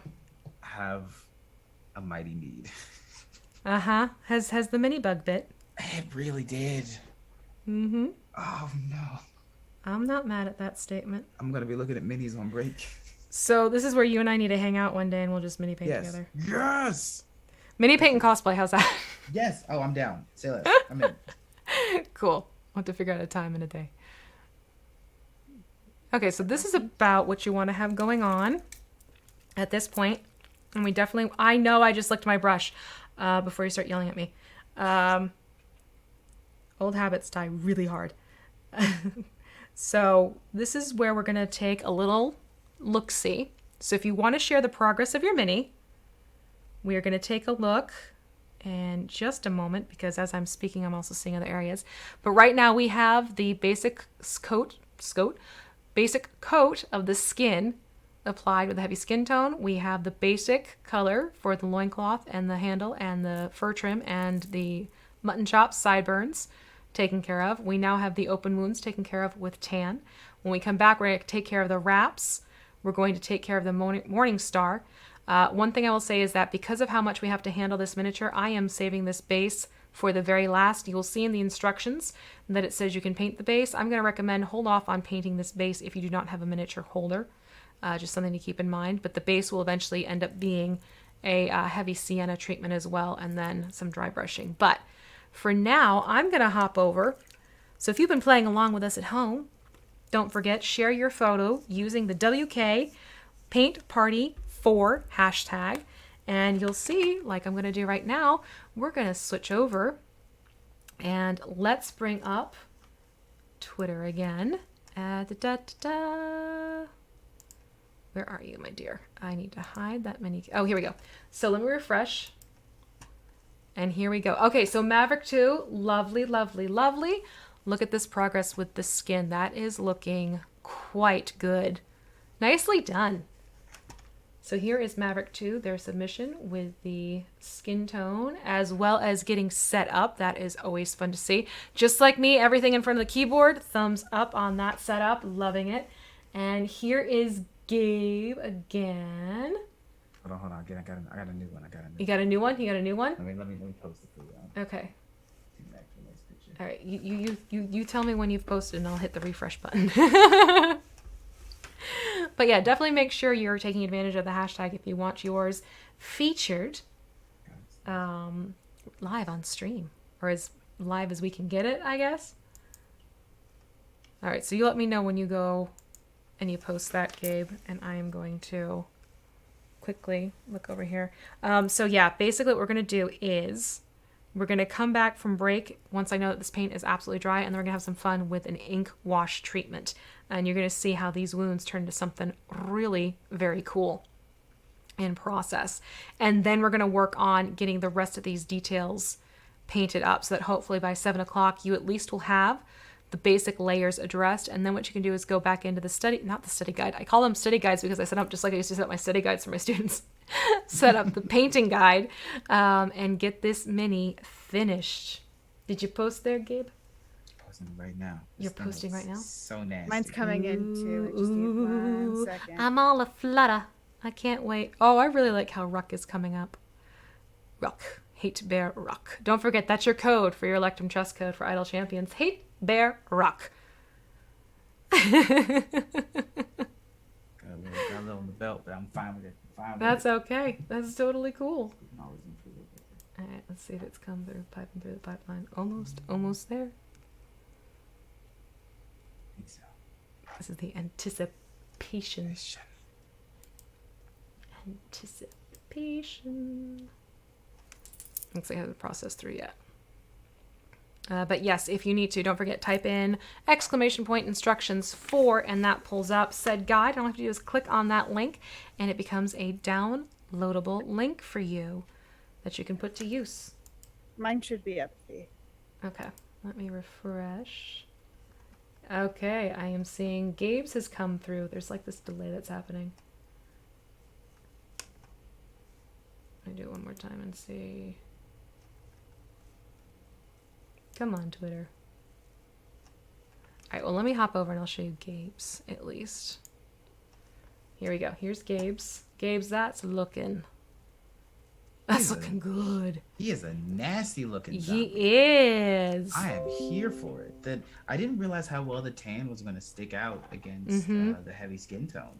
Yeah, it like pops at out. At first glance, I was like, oh, those look like they might be similar. But then it started drying. That's just it. You get the drying going in, and suddenly colors will shift a little bit on you. So let me... That looks great. Yeah. That really came out beautifully. Great job. All right, let's see one more refresh and see if that brings... Let me tell you what. I might just hop right over to yours, Jen. See if it's there. Haha. By the way, this is the profile you want to go to, and like I said, there's that fantastic link tree right there you're going to click on when you go to visit Jen's account. There we go. Okay, so here we have Jen's. That's not the updated one, though. I just posted it. Did you comment on it? Did I comment on it? No, I tagged it, No. though. Yeah, I think there's a little lag that's happening right now on Twitter then. Yeah. Okay, let's check. Yeah. We'll get there. It's okay. But what I'm going to do now is I'm going to give us that lovely little 10-minute break because we're going to need this. So get up, stretch, move around, take a breather. We will absolutely be back and have some more fun with doing a little bit more work on getting the base colors on and also working with that ink because that is a very cool way to bring out some very cool details on this miniature. So I mean it. Get something to eat, hydrate, move that body around. We're going to do that. You're not missing out on anything. So if the FOMO is kicking in, all you're going to be seeing is the same screen for 10 minutes. All right? So I'm just saying, come back in a little bit and take care, everyone. Until then, we'll see you on the flip side with more fun things to do. See you in 10. Later.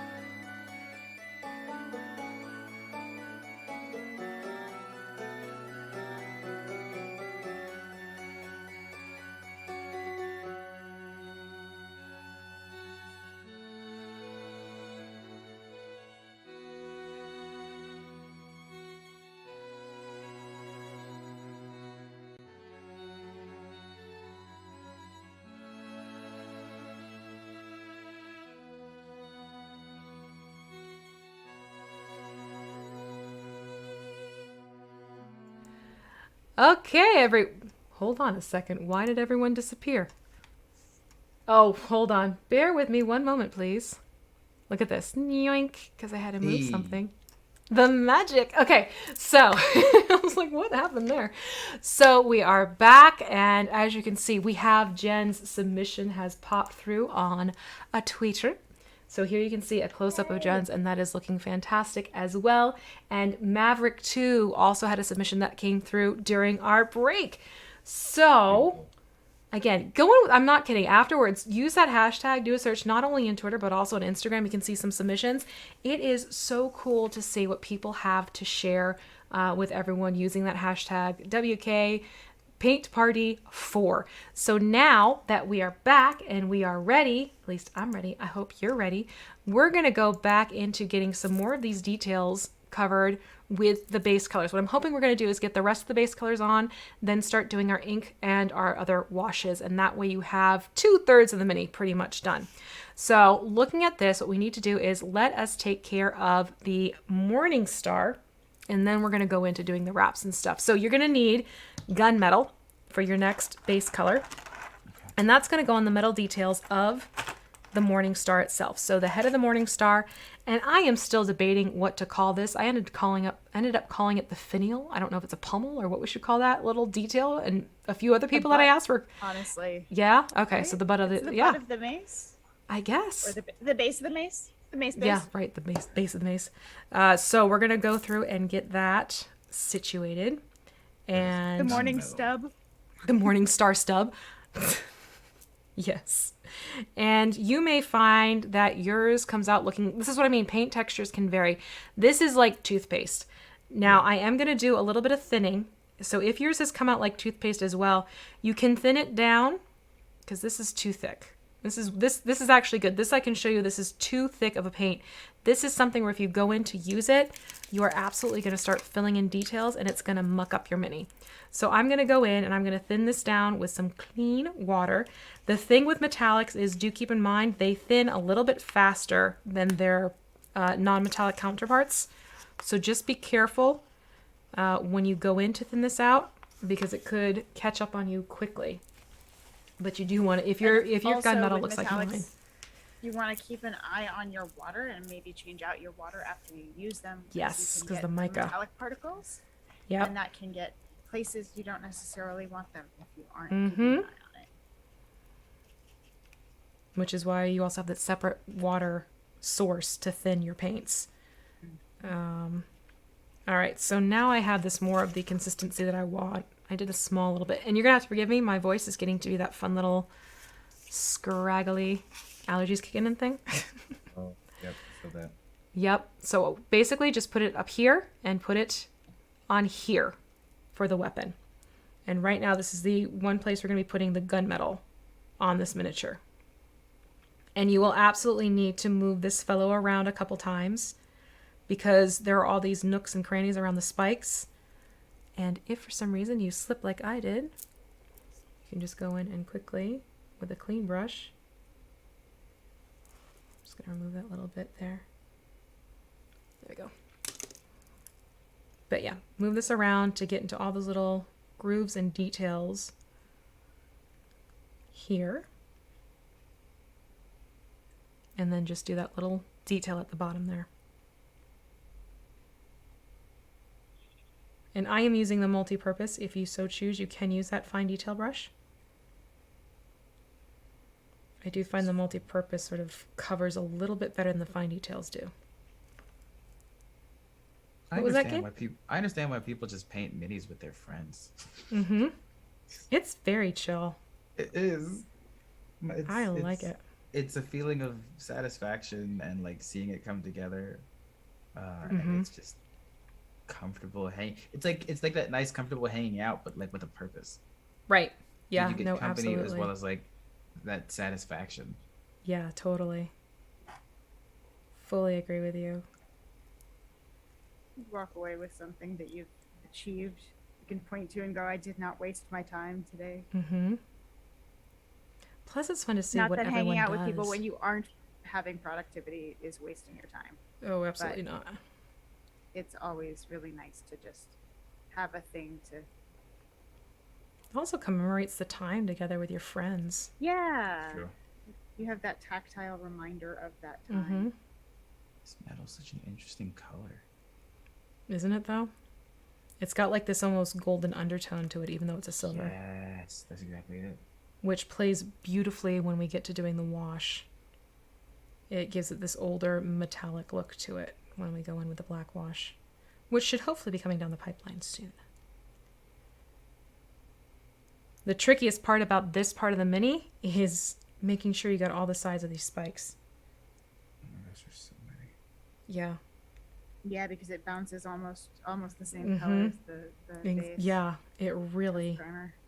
throws the eye. So I just find it helps to kind of spin it around at different angles and hit what you can.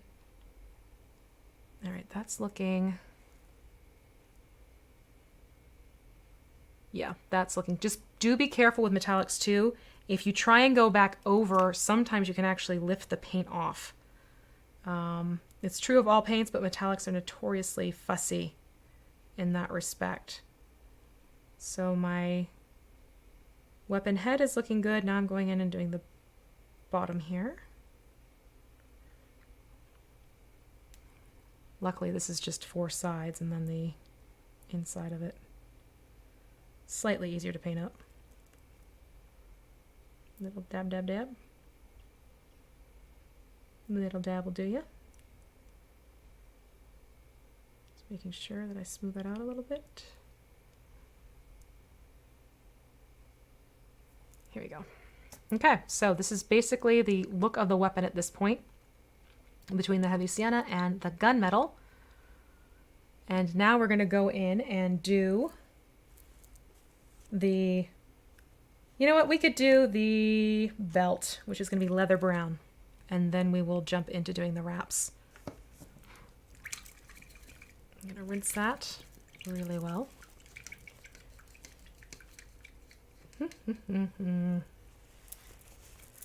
All right, so once you're done with gunmetal, I'm going to push forward and jump into, with my fine details brush, leather brown, and that is going to go onto the leather belt. Let me just check and see the consistency of this particular paint, because I have a feeling... Aha! So you may find, and this is what I was talking about earlier, sometimes you may find that these paints have separated, and this is where you get this oil slick on top. It happens. I have shaken this, but sometimes it needs to be stirred, not shaken. Sorry, James Bond. I'm just going to take the base of my brush here and very carefully make sure that it is at the bottom of the pot and do these little circular stirring motions. And then you'll see that the paint is starting to get blended together. So I'm going to do that just a little bit more, because what you want to do is get rid of that oil slick look that's living on the top of the paint. That's just a sign that the paint has separated. And quite frankly, that happens a lot. That's why you want to shake your paint. That's why some people even take like little ball bearings and put them into their paint bottles to assist in mixing and blending their paints a little more easily. Some people will even 3D print out these paint shakers that you can put onto power drills, and it'll agitate the paint for you. Yeah, yeah. Hello, Hawkmere. Nice to see you join us in the chat. But now that I have the paint at the right blend and consistency, I'm going to go in with my fine details brush now, and I'm going to get that leather belt painted up. So that's going to go... It's also really interesting because so we talked about like being overwhelmed and everything. Like I understand how important it can be to have more brushes for more detailing and everything, but this also proved to me like I can do all of this with just 2. You can. Yeah. The And only similar thing with colors too. Yeah. There's about 4 colors you really, really need, and that's Yep. it. And Yeah. everything else is how much time you want to spend mixing to the. I keep talking with the brush in my mouth. I'm sorry. Mixing to the colors you want to get to. Yeah, you can technically start off with black, white, red, yellow, blue, and mix from there and get the colors that you need. But that's where you absolutely will need to keep track of how you have blended your paint colors together in case you have to go back. And little nuances like that. But you literally can get started on just 5 basic colors in your arsenal. And the only reason why I recommend black as well is because oftentimes black can be a very tricky color to mix for people. But yeah, those colors can get you a long way, especially if you're on a budget, or if you want to just have fun and make your own paint colors too. But here I am going around and just getting this leather brown on the leather belt. And there is this little bump in here that happens. I'm thinking I might go back in with the heavy sienna and just color that in myself. Go clean up some of these studs on here. before I Yeah. move on. That's fair.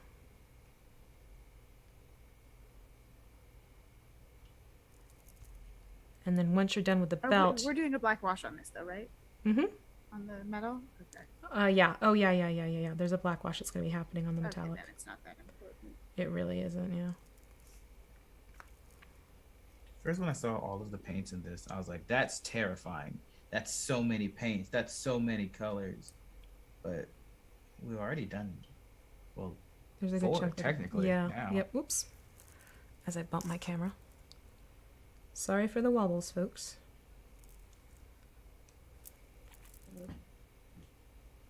This is the leather brown is next. Yep, leather brown to go on the leather belt. All right, now I need to pull this out of frame. What I'm going to do is get a little bit more stability for myself so I can see it better too with this belt, because it's hopping around on me with the camera overhead. Because shocking, trying to paint with a mini with a camera hanging over your head can actually be tricky. But here's a little trick for you folks. If you're looking to stabilize your mini better, lock your elbows down at the side of your rib cage like you're almost in prayer, and then you can bring the mini close to your body and hold it more closely and tightly, and it'll give you more finite control of your hand when you go to paint your miniature. So this is a motion that will help you a little bit more if you need help kind of stabilizing a little bit, which I'm going to do right now because there is no way I'm getting this underneath the camera. So what I am doing, I will describe as opposed to show. I am doing this motion I just showed you so that I can edge along the belt with a little bit more control and get, because you'll see there's sort of an edge that peeks out on either side instead of just the plain front of the belt itself. And that way I can better get all sides of what is exposed and out. Because trying to hold it out and open over the under the camera, my hands are starting to shake a little bit because that I need more control with. But that's what I'm doing right now.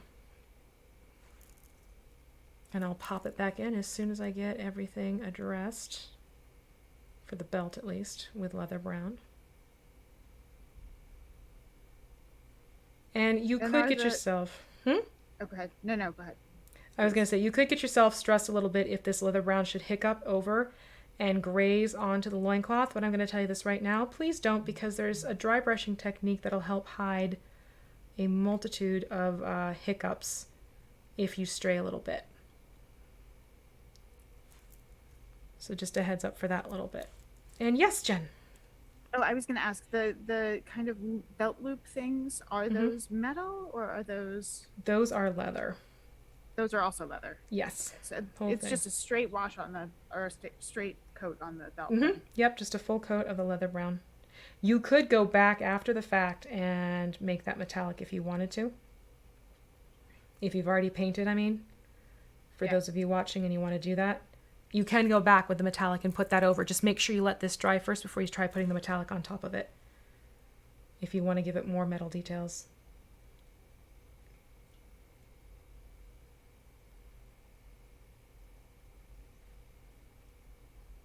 I'm almost done with the belt, and then I will show you what I did and show you where else this leather brown is going to go.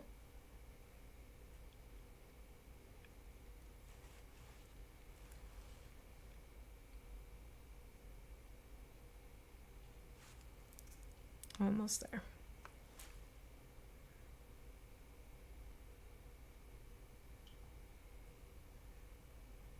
Now, I will be updating the description on both my YouTube channel as well as WizKids YouTube channel to make sure it has all the links that I have been discussing in terms of codes that you can plug into the chat and everything like that. There's hiccups that have been happening. So that way, if after the fact you want to go and check things out, I just ask that you give me about an hour and a half after the stream is done. for a full update, I usually will do a post on my socials that the VODs are available, and that means that the descriptions have also been updated. So just a heads up for those of you wondering. Now, the next place I'm going to put this leather brown, which you can see I have put all around the leather belt here. I'm going to put this onto the necklace. All right, so it's going to be these fun little tabs as well as the band itself. So here, let me show you the painted fellow so you can see what I mean. So that leather brown is going to go all around the necklace. Again, keeping with that fine detail brush, which means I am also going to pull this out from under the camera at some point because some of these get to be interesting angles just by nature. And it helps to have that little bead of paint at the tip of your brush again, and let the paint really do the work, less the brush.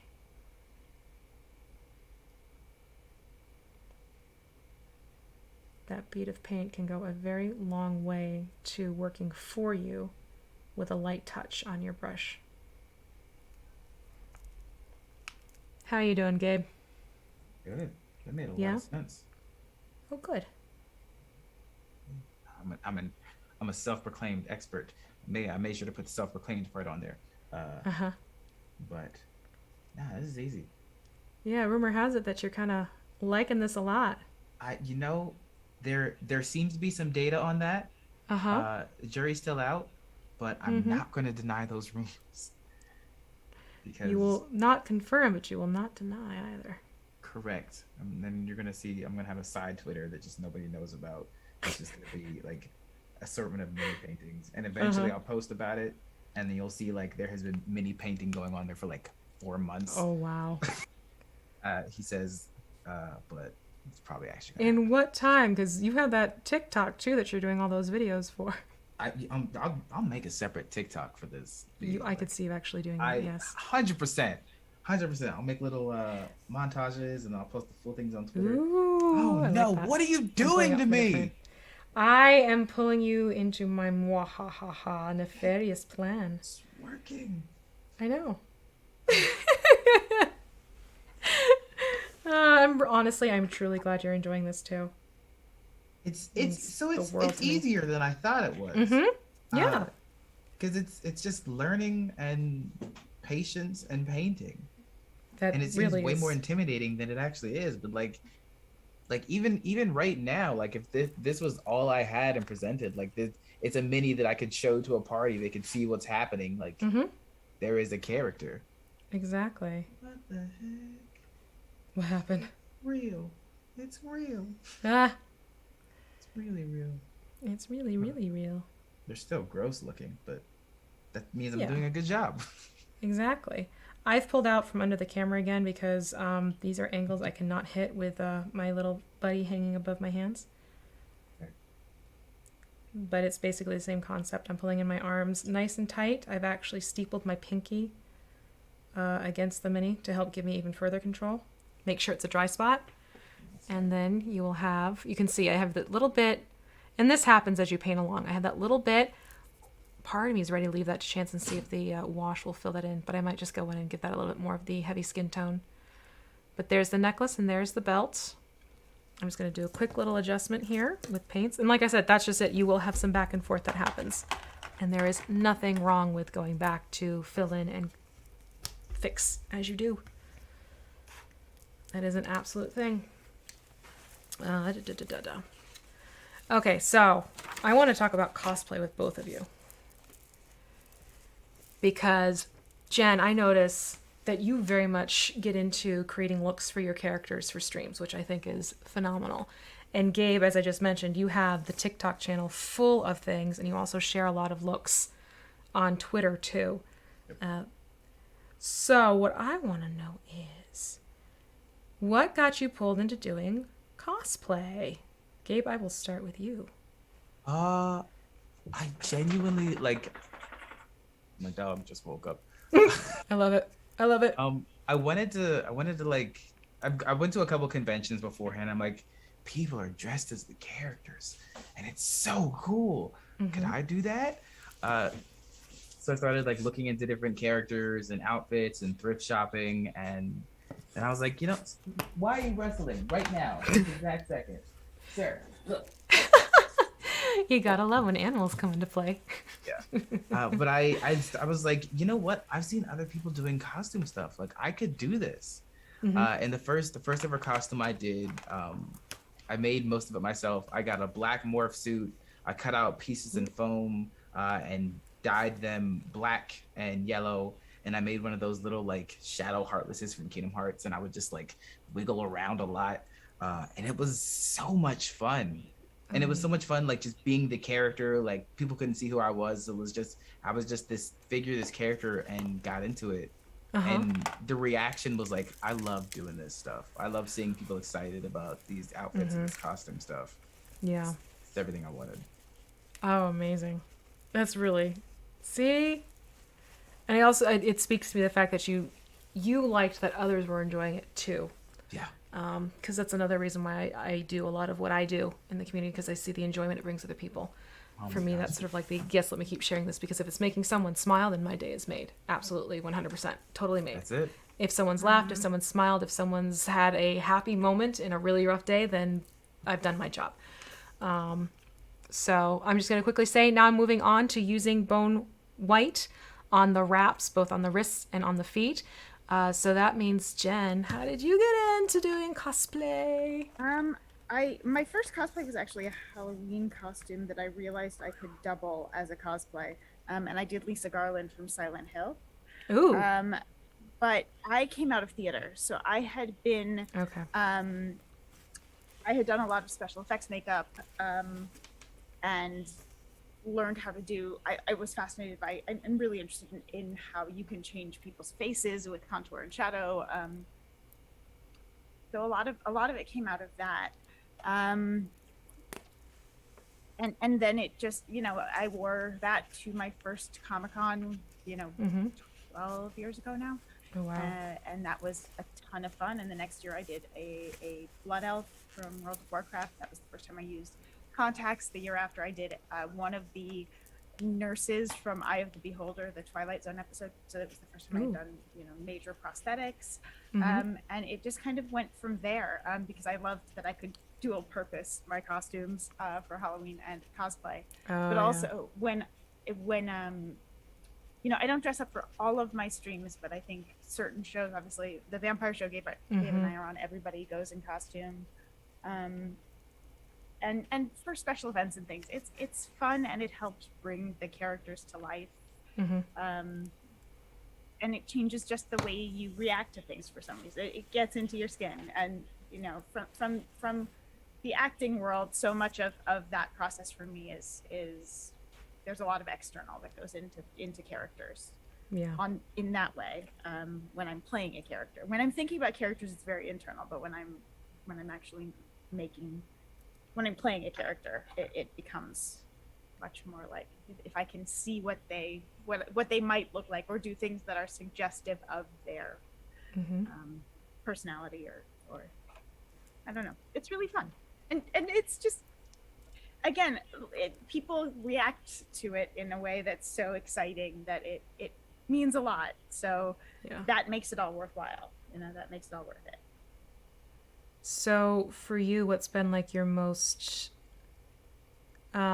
favorite cosplay that you've done so far? I really loved the Blood Elf costume, because that was the first one I really designed from scratch. Everything else was assembled from pieces I found. Can I just take a second and get some advice from you, V? I have some paint that's it's pretty. Did it dry out on you? Bubblegum texture. Oh, yeah. Is that salvageable? Yes. What you can do is take out a small portion of that. What you may find is you're going to have to dip the bottom of your brush into the pot and get to the bottom of the pot and try and find, there should be some paint in there that's salvageable, and you can thin it out even further with some paint. After the fact, what you can do, there is a product from Vallejo that will thin your paint down and rejuvenate paint that's sort of dried up a little bit. Keep in mind, as soon as you do that, though, that paint has a very limited shelf life. So it is something you can do to sort of thin the paint down again, but you'll have to keep adding that in, which means you're going to start thinning out your paints and it turns into something else entirely later. But for now, if you ended up with a bubblegum pot, we'll call it, try and get the handle of your brush down into the very bottom of that pot, and you should be able to find a bit of paint that should be still salvageable.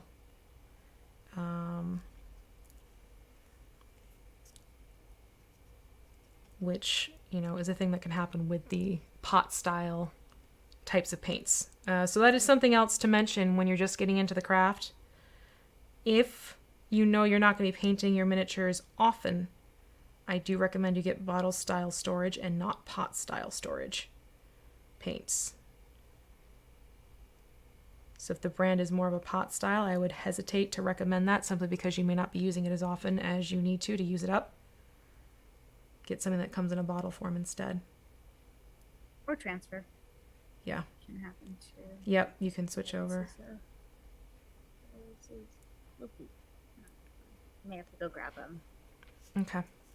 Figure out a backup. I might be able to blend the off-white with the leather brown. Yeah, that's the other thing. If off-white is still okay, you can do 1 part of leather brown to 2 parts off-white. Perfect. And that should give you a similar tone. Or you can even use heavy. I hesitate on heavy skin tone just because that is so close to the skin tone that we're already doing. Yeah. I think I might be able to make this work. Okay. Nah, it's too short. Is it too far Okay. gone? Yeah. So then okay, regroup. Yeah, off-white, 2 parts of the off-white to 1 part of the leather brown should give you a ivory-ish, very light tan color, which is what we're aiming for. Might even be able to throw a little dead flesh in there too. That's going to be used as a dry brush, which is why I haven't recommended that one. Got it. Never mind. Yeah. I'll not do that then.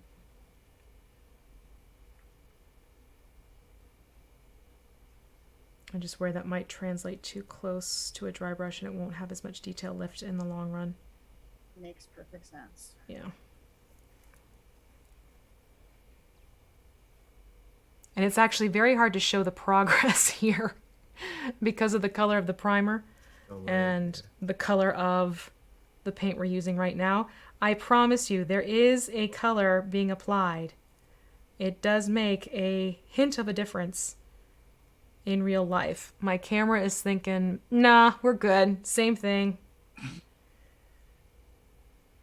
That happens a lot with the very light colors and needing to use studio lighting.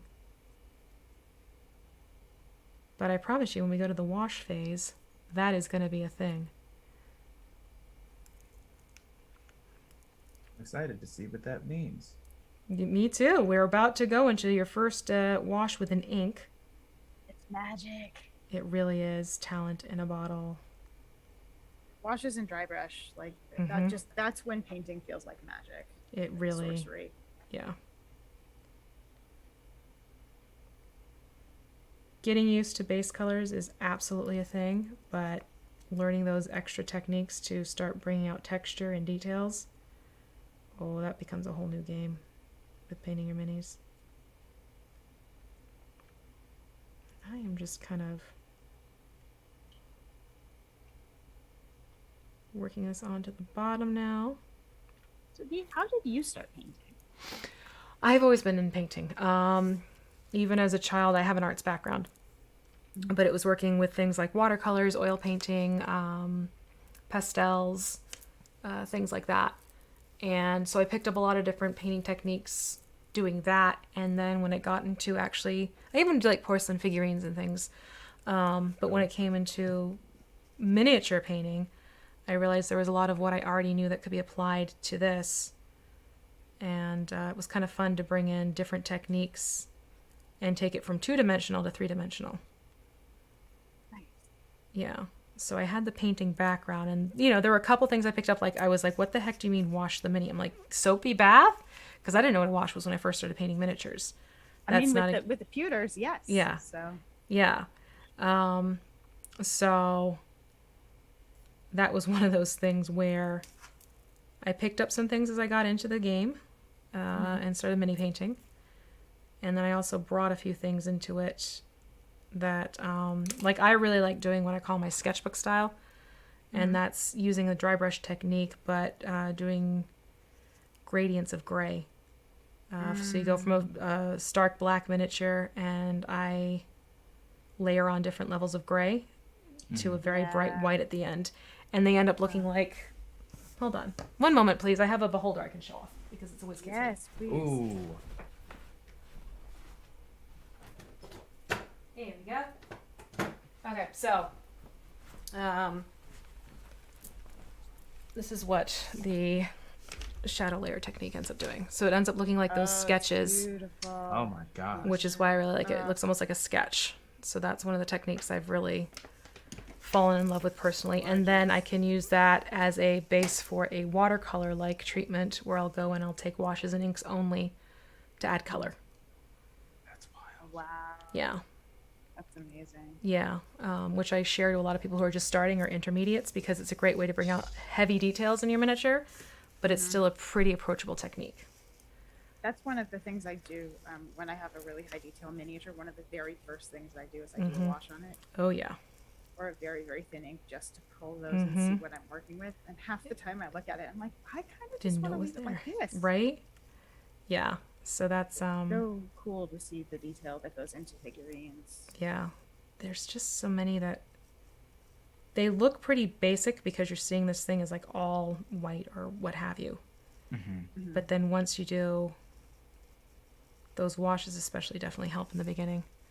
All right, so here we go. This fellow has all of his bandages painted up. I had a little hiccup over here. I'm just gonna quickly pull away with a clean wet brush. Ta-da! So now we have, this is basically all the base coats on except for the base itself. Because we're handling this so much, my recommendation is to do the base on a different day. And that's basically just taking heavy sienna and painting the base with the heavy sienna using the multi-purpose brush. You can also use the fine details to edge around the feet. But since we're handling this so much, there really would be no point with pulling it off as fast as we're putting it on. But we have the basic layers on. The thing that I wanted to be sure of is that this tan was nice and dry, which it is. So we're going to go in, and because of the time, we're going to go in first and we're going to do the ink treatment on the open wounds, the mouth. And then we will stop for a quick bit and take a look at submissions. And then hopefully, fingers crossed, we can get into doing the other two washes before we call this for the evening. That means you're going to want all of this to dry. Give yourselves a good amount of time. So it could be, maybe tomorrow evening or that type of thing. You can go in and take a look at the dry brushing instructions that are provided in the downloadable link. And if you're not quite sure what dry brushing is, that's where I want you to go over to the video over on WizKids YouTube channel for the Ogre Zombie Paint Night. And you can watch the dry brushing technique that I show in that particular video. But for now, what we're going to do is we're going to very carefully, and I stress this, carefully, get your, and I always say violet ink, and I don't mean to, your violet ink. And you are absolutely going to want to use either one of the wells where a pot was sitting, or one of your little bubbles in the blister. Okay, I'm going to use one of the bubbles in the blister, and I actually do have other clean water next to me. So if you take a look, and I'm going to show this off to you, carefully open this up because inks stain, everybody, heads up. But this is the violet ink. Now, it is very potent. It is very strong. In fact, I'm going to put some on my skin to show you. It adds color quickly. So here it is just straight up on my thumb, and you can see, well, it's bringing out all the texture, but it's also staining my skin. So what I'm going to recommend you do is take a couple, and this time you are going to want to use your brush tip, take a couple drops of the ink and get it into the well of the bubble. Well, more than a couple. Just get some of that ink into the well. And then carefully close the ink. Oh, I'm not kidding. Little drops of this go very, very long way. I'm going to quickly wipe my thumb too to see if I can get some of this off. And then you're going to go back in with your water and add in almost equal parts here. What I have the instructions. Hold on. The instructions say that I wrote up because I remember. It is going to be equal parts. Yep, equal parts ink to water. because I want to take away some of the potency of the saturation of the pigment. So by thinning it out, you're making those elements of the pigment sort of spread out a little bit more by thinning the paint or thinning the ink. Once I have done that, again with a fine details brush, I'm going to go back in, and this is where the cool stuff starts to happen. Give me just a moment though, because I want to get the ink off my thumb. All right, there we go. That's a little bit better. So now that I have this set and ready, and it's thinned out, I'm going to show you here in the belly. You're going to take, there's the violet ink on my brush. You can see it's right there. See, it's less vivid than before. But now I'm going to go in and start applying it to the open wound. And you can see it starts bringing out not only the texture, but adding this really cool dark purple tone on top of the tan, which gives it more of that wound-like lividity to the details. I'm just going to have it go around. And it helps to keep this in like a lying down position so that it can well up in the mini details. And a very small amount on the brush of this mixture is all you will need. If you find you have too much on your brush, all you need to do is blot onto a paper towel. And I did it on purpose up here. So you blot onto a paper towel, which I just did with my brush, and the brush will actually wick away some of the ink if you've gotten too much going, which I'm doing now in those crevices. Not creases, those are more than creases. And you can see it gives the wounds a whole new look. It looks nasty. Doesn't it I though? love washers and inks so much. They're so cool. Yeah. So that's what we're going to do. We're going to put this wash into all of the wounds. Thankfully, all the wounds are on the front of this mini.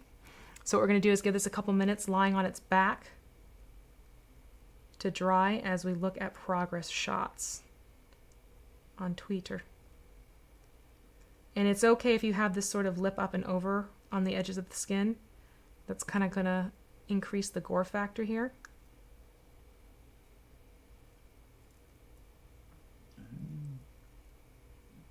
But this is what that ink is for.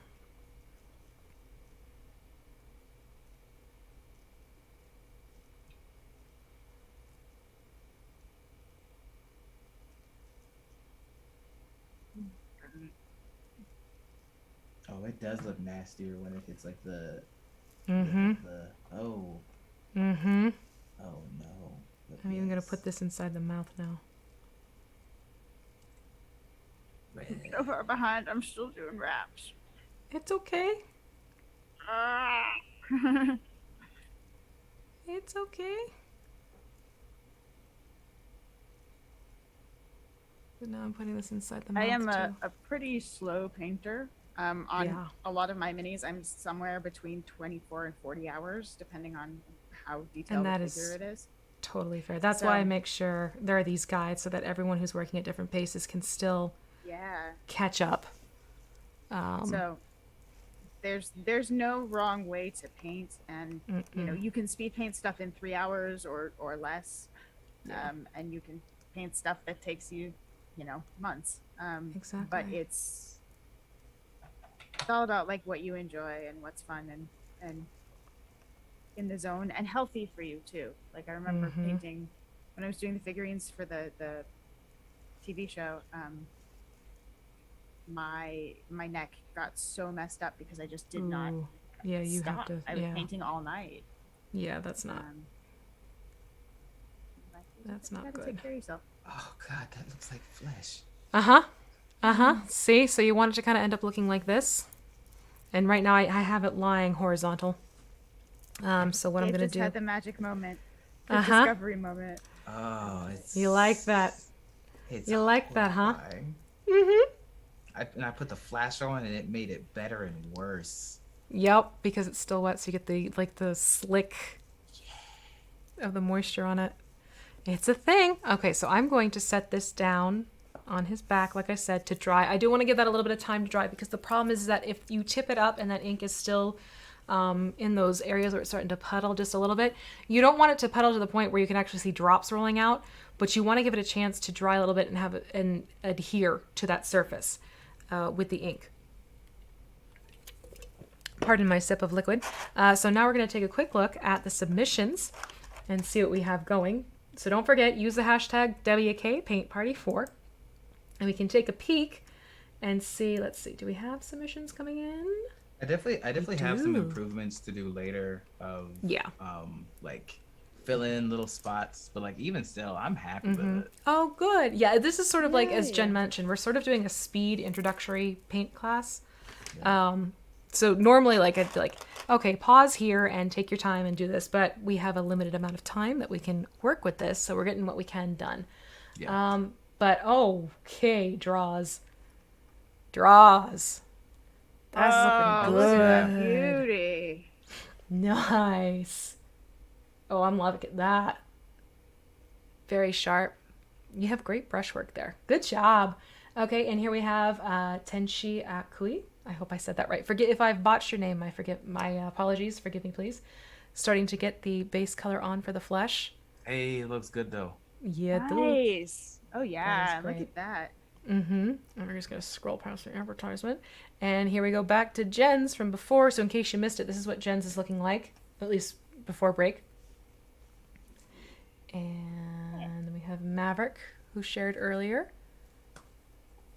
and Gabe's. I'm very excited to see. If you refresh, you'll see that. Okay. Yeah, if you refresh, you'll see it. Because it's still wet. It looks fleshy. Oh! You know what you can do, Gabe? If you have clear nail polish, you can actually throw a coat of clear nail polish on there to make it interesting. So then it's look glossy. You can use it as a fake, if you like that look. Coat. You can do that. That's a thing. There's also some really fantastic options from Vallejo. My personal favorites are Mod Podge Ultras. They have a matte and they have a gloss. The gloss is ridiculous. Yeah, it really is. Yeah, so those are definitely ways if you want to keep that nice little sheen going on. So it's got that squidgy factor. Absolutely. That's looking so good, Gabe. For your third mini, that's looking amazing. Seriously. Exponential You're killing growth. it. Well, it's already dead, but... That was a good one, actually. I'll just do a quick little refresh to see. Yep. Okay, so now let's take a look here. Oh, gosh. Let me see. See, because I'm in a hotter room right now, thank you, lights, my ink's actually pretty darn where I want it to be so I can proceed. See how the liquid's not moving forward or anything like that? Yeah. Yeah, so that is where I want things to be on this fellow. So what we're going to do... 1-to-1 on the ink, is that right? Yeah, 1-to-1 on the ink because it's such a vivid ink. It's a really gorgeous purple, but it needs some toning down. So now what we're going to do after this violet ink, not violent, mind you, we're going to shift over to the flesh wash. And this is what's going to go onto the shocker flesh. Yeah. I want to see how this wash looks when I open it though, because the last pot I had, I did want to thin it down just a little bit. However, and this is like the flesh. Flesh that is the heavy skin tone we used. Right? Yes, we're gonna go. It's actually called flesh wash. Yes, it's its own little. See, the flesh wash is going on the heavy skin tone. You got it. Got it. Now, this pot that I have is actually nice and thinned out, so I'm not going to worry about thinning down this flesh wash. I'll even show you with a test run. I do this all the time with washes. I will use my thumb because your thumb has these fantastic grooves and details. Yeah, that's actually just right for me. If this were coming out and obliterating the tone of my skin like the ink did, then absolutely I would be thinning this wash. But this wash, you can see, it's going into the grooves and the texture of my skin, but you can still see my skin, okay? So this one's not in need of thinning. So we're going to apply this.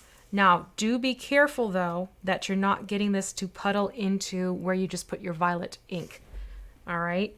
So if anything, you're going to hold this fellow upright, and I always start from the head. So I'm going to start applying this onto the top of its head. And you'll start to see details coming out with this one. Actually, let me just... Which one is this? And multi-purpose brush is the brush you want for this one. Here we go. And it's the same thing. You let it kind of collect into the deeper grooves. And this even goes onto like into the eyes, onto the nose. Careful around the mouth because that's where the ink went. But you'll see this is going to start gathering into the muscle definition. And start getting more of these details to pop out. But what I'm doing is just sort of dancing it along the edge here. So it's not going into the wounds itself. And let gravity work with you when it comes to washes. You can see I'm going back to having this sort of lying flat on its back. So I can work around and get this together where I want it to. So when you're painting without like a guideline like this, how do you kind of determine what you do for washes? Washes are something where it brings out the details of what you're working on. Yeah. So there's a few approaches you can do with washes. Jen's already mentioned a preliminary wash where you put it onto the miniature after you've primed it because it brings out the details that you can see and helps you decide what you want to work on a little bit more easily. So once you do, which is the approach I'm doing now, once you get your base colors on, you can also do a round of washes, again, to bring out the details, especially those that are more deeper set in the miniature, before you do a dry brush to bring out the highlights and the higher points of the miniature. Another approach you can take is you would do your base coat, then you would do your dry brushing, then you would do your wash, which creates a more muted look to things. Yeah. But it blends things together a little bit more as a result. So the details aren't popping out as much, but it gives you a hint, not a hint, but it shows off some of the details as well. Okay. A lot of it boils down to preference, to be honest. What was that, Jen?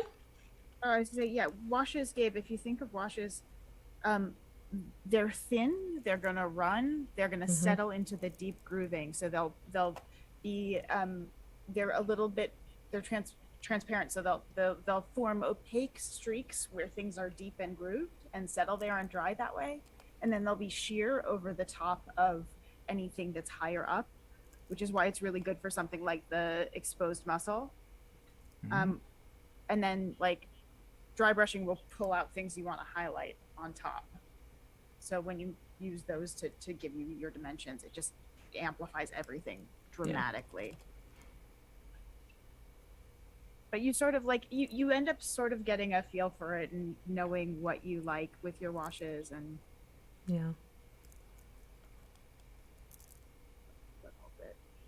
And I find it's a very like some people even have, I do have a preference for washes, even brand wise and order wise. And that comes with the more you paint and the more variety of mini styles you paint as well. That makes sense. Because what may work for one style mini, you discover, I'm not so nuts about the way this came out on this particular style of miniature. That makes sense. Yeah, so basically I'm just telling you, keep painting minis. Yeah. You know what? I'm sold. I wasn't sold at all until this exact second. I definitely didn't want to paint minis before this at all. Welcome to my world. Yeah. I have cookies. I get why you live here. You get minis and cookies? Yeah, I'll have to bake some cookies and send them out. Oh, I would love. Yeah, I would absolutely love to have like a sort of a potluck mini paint session. Yes. When it's safe again, like, bring a dish, bring a brush type of situation. I think that would be so much fun. We can do that. Yeah. Oh yeah, I think we need to make that happen. The wash really pulls out that the scar right above the lip. Yeah, it does. It really does. Wash did not make Ruck look more attractive. Did go a little. Mine came out pretty heavy purple though, so I may come back with and hit it with the pink. I think I didn't quite go thin enough on it. Have you worked with the Vallejo Violet before? Not with the violet, no. Yeah, I think it's a slightly different intensity than a lot of their other inks. Mm-hmm. I found I had to play around with it a little bit to get a better feel for. It's beautiful. It's gorgeous. I hit it a little bit hard. Yeah. Okay. What's the blend on the flesh wash? Mine was actually perfectly fine straight out of the pot. Okay, cool. Yeah. And that's everywhere, yeah? That's on all of the flesh areas, yes. So not on the bandages or anything like that, just wherever there's flesh peeking out, that's where you want it to go.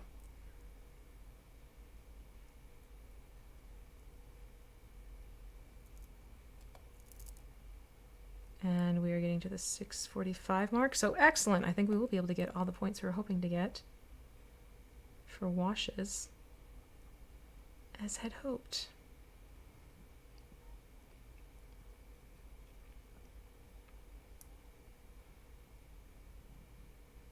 I love washes. V, what's your favorite thing to paint?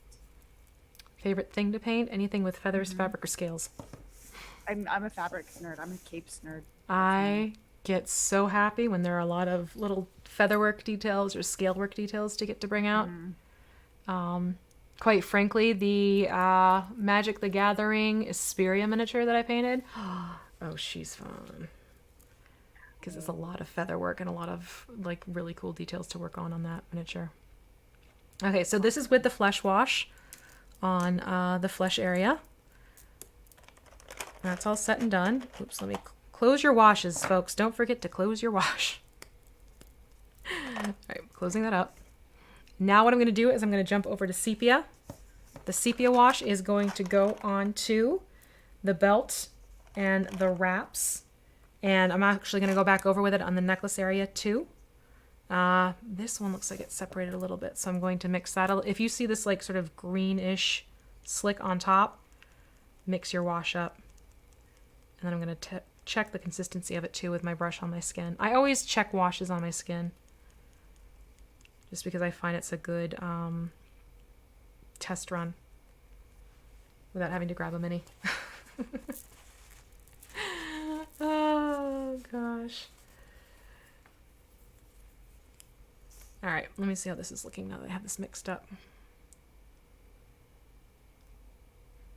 Okay, so you can see here the sepia is a little bit more intense than the flesh wash was. You may want to add a couple drops into an equal part situation again, or even 2 parts of the wash to 1 part of clean water. However, I want to see what this does at full throttle. And that's going on the belt. And what else? It's going on the belt and the wraps and the necklace.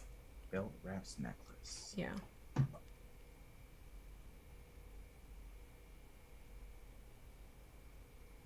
I'm actually okay with it, with how it's looking, at least on the belt. I'm not mad at that at all.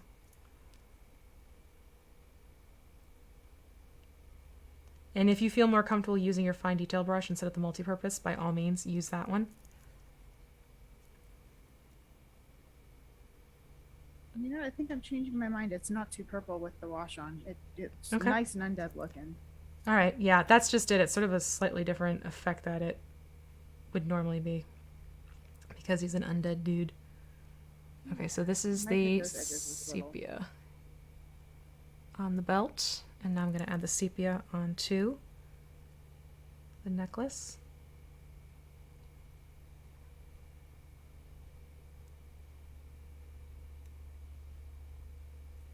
You can see it's making those details pop out on the necklace even more. Don't forget, you have that band of the necklace to get to. And a very light touch is all you need here for around the neck. And now I'm going to put it onto the wraps. And this is what my thumb becomes my sort of blotting palette, if you will. But here you can see it's going onto the wraps. And it gives them more of like a mildewing, older. These have not been changed according to proper medical care. Yeah. Oh yeah, Yeah, it's it's not such healthy. a difference on the wraps. Yeah. But you can see it's making those details really pop out now.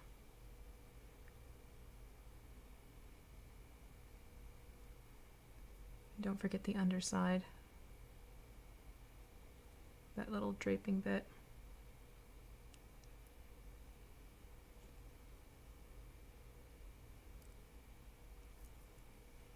There we go. See, here we can do a comparison with the wash and without the wash. Oh yeah, it's a difference. It's a step above.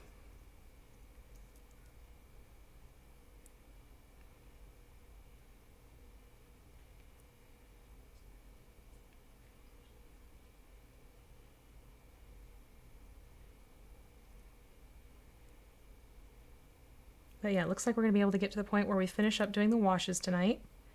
And then what all of you watching, playing the home game, can do is get that download link for the instructions. And you can finish up doing the finer detail work as well as the dry brushing. And if you're not sure what I am talking about when I say dry brushing or unsure of the technique, then you need to go over to WizKids YouTube channel, which is youtube.com/user/WizKids Official. And you will find the Ogre Paint Night Kit tutorial that I actually pulled together for them. And it shows you in detail how to do dry brush. It's explained a little bit in the guide, but seeing the visual reinforcement will help you out, especially if you are new to miniature painting. So, fun fact. Mm-hmm. The entire reason I started streaming was painting miniatures. I Look had at that. shown a mini. I'd shown a picture of a mini on Twitter, and people were asking me how I made it and how I painted it. And so I started streaming with my phone on a selfie stick taped to my refrigerator, Oh my lord. and that's how I started streaming and why I do what I do now. That's amazing. Yeah. See, I was asked how I did a bit of terrain, and that's what got the YouTube channel going. Yeah, Because- the terrain stuff was amazing. And don't get me wrong, I love making terrain. That also takes up a lot of space. And it's self-limiting. You get to a point you're like, I don't need any more. Truly don't need any more. But yeah, someone asked a teacher how you do something, and I was like, oh, that I can do. So similar thing, I had a laptop with like the flip screen deal. Mm-hmm. So I flipped the screen over, like flipped the laptop, and I shot it that way, and that's how my first couple of videos were done for the YouTube channel. But That's so here we cool. go with the washes on the bandages, and I love how grungy and old and icky they now look. Isn't that fun? Uh-huh. Now the next thing we're going to do is take the black wash, and that's going to go onto the Morningstar and onto the loincloth fur and the fur trim. And that'll be our last wash. It'll be a wash on the washes. I had to. That was just... So proud of you. If you didn't do it, someone was going to have to. Exactly. It was just begging for it. Now this one you shouldn't have to thin out. Because it is such a dark color that we're putting this over, you can go straight in with the black wash. No worries. Is it weird that I'm hungry after looking at this?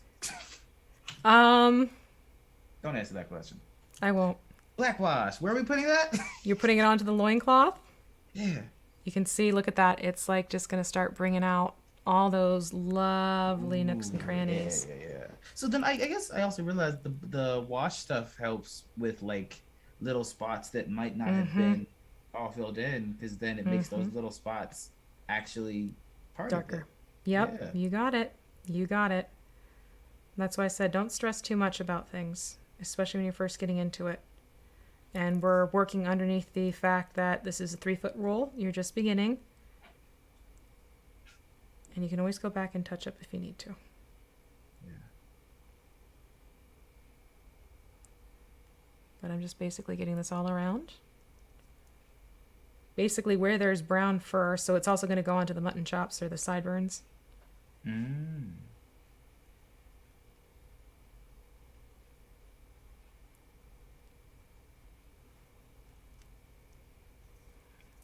I'm getting yelled at in the chat for the joke.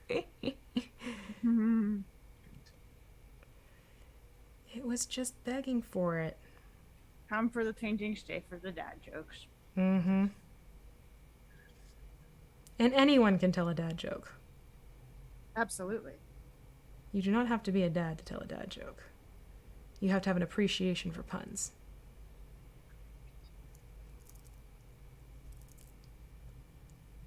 Working it around. Think.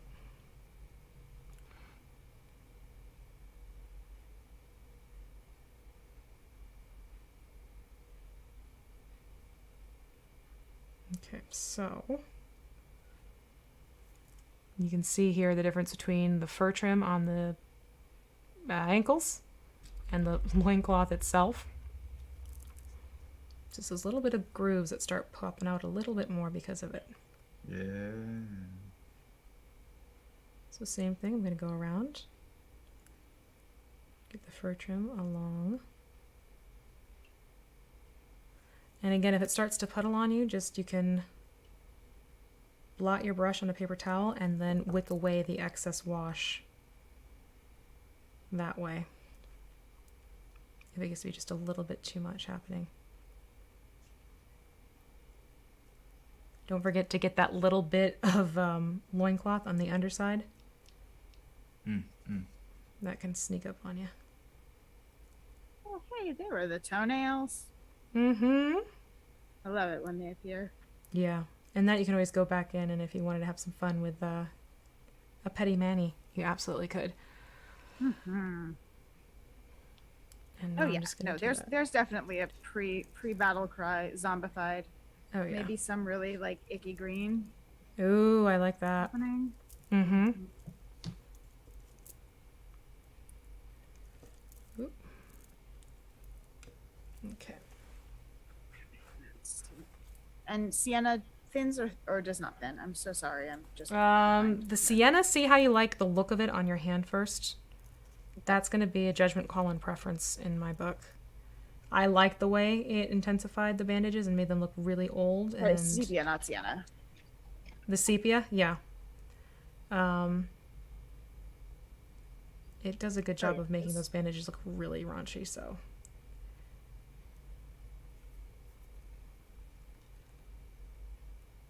Oh yeah, that's good. Yeah. I'm also going to do the black wash in the eye sockets.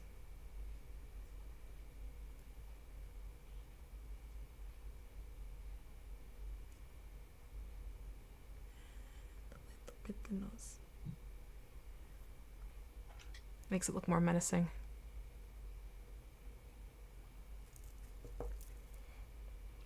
Okay, and now for the Morning Star. You're going to find this one you may have to blot a lot because these spikes like to pull the wash off the brush more so than you need. So just move that around as best you can, and if it really starts to puddle up on you, blot and pull away. But this goes on the entirety.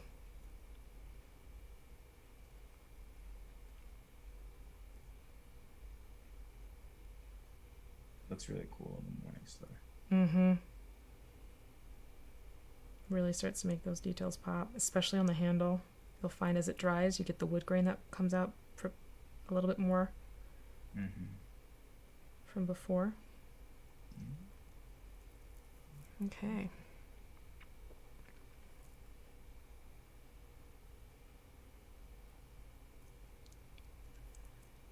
So here we go. This is with all the washes on and with all of the base colors on, except for the base itself. Like I said, we've been holding this so much, I'd recommend doing the base separately at this point.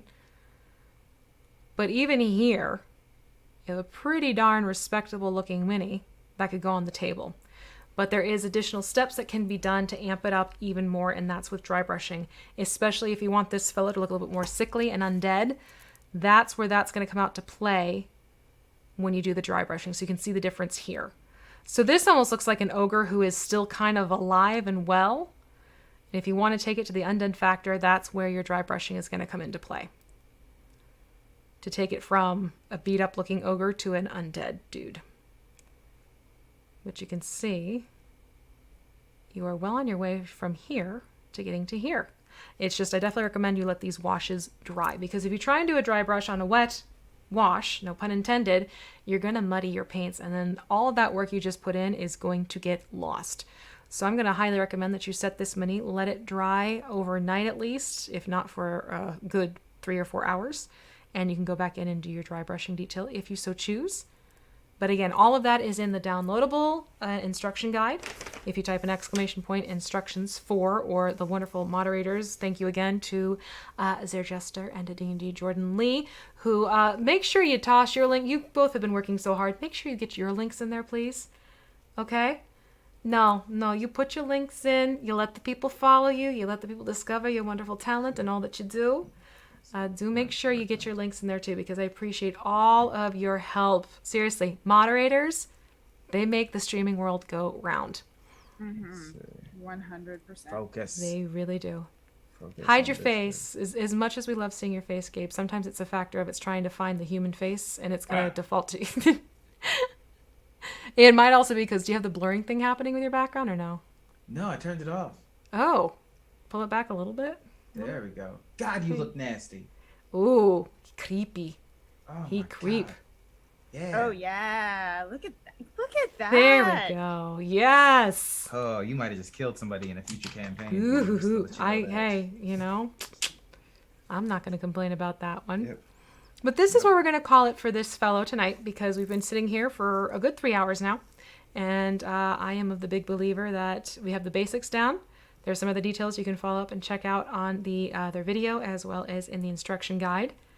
And let's see here. So while this fellow is going to sit here, what I'm going to do is I'm going to check and see if we have some final submissions to take a look at. And while we do that, Gabe and Jen, if the two of you would like to sort of plug what you have coming up, or we can expect from you, all that goodness, because I also want to make sure people come and find you to do the things. And Jen, are you ready to let us know where to find? Do you want to go to Gabe first? I'm Gabe? almost done on this bit. Yeah. What's up? Yeah. What am I doing? Do you want to tell us yeah, where to yeah. find you and all that goodness and everything? Yeah, you can find me Cool. at Gabe James Games across the internet. Twitter, Instagram, TikTok. Probably be back to Twitch streaming sometime next month when I feel like I have an idea of what I want to do and running a campaign. Probably using this mini right here to befriend my There you party. go. There you go. Yeah, that's where you can find me for the most part. You can find me on Tuesdays at Shakar on that Bronze Girls channel. Wednesdays on the Play Renegade channel with Jen playing Vampire. There's probably other stuff, but it's on Twitter if I forgot. There you go. Sounds good. Jen, are you good to go? Hey. Or Yes, I will pause. Okay. Sorry. Okay. Hi. Sorry. It's okay. I'm not going to Hi, I'm end the Jen stream right Kretchmer. now. So. I am at DreamWisp on Twitter. I am DreamWisp Jen on Twitch. I am on Heroes of the Plains on Tuesday at 6 p.m. on Demiplane RPG, twitch.tv/Demiplane RPG. I am that character Alindra is also on Idle Champions of the Forgotten Realms. I am on Wednesdays with Gabe on Play Renegade for Vampire the Nightlife. I am one of the authors of Candlekeep Mysteries, the creator of the Accessibility and Gaming Resource Guide, which is my pinned tweet on Twitter, as is the Disabled Professionals in Tabletop directory. I have a bunch of other exciting things coming out. Tomorrow, I will be playing on D&D Beyond for the anniversary party. I'm playing with a bunch of people, and I'm going to blank on everybody who's playing with me. Adam Bradford, B. Dave Walters, Melly Doucette, Joe Starr, who else? Michael Galvis. I'm sure I'm forgetting somebody. And our DM is Amy Dallin, and it's going to be a delight. It may be Oops All Lassos. We shall see. And there's a bunch of other exciting stuff to come. Fantastic. Thank you so much. Thank you both for joining me. I have thoroughly enjoyed this. And before everyone goes, because you thought I was done. But there's one. If you've enjoyed this, remember, we're going to do another one next month. So I think it's time to reveal next month's, hopefully, miniature and guests. So if you're ready, here we go. Next month, I am thrilled to announce that I have Latia Jaquez and Justice Armand joining me, and we will be looking into the Death Tyrant. So yeah, that is the plan for September. It's going to be September 25th, 3 p.m. Pacific, 5 p.m. Central, 6 p.m. Eastern Time. Come and join us. That's a Saturday afternoon. Bound to be lots and lots of fun, just as much as we've had fun this evening.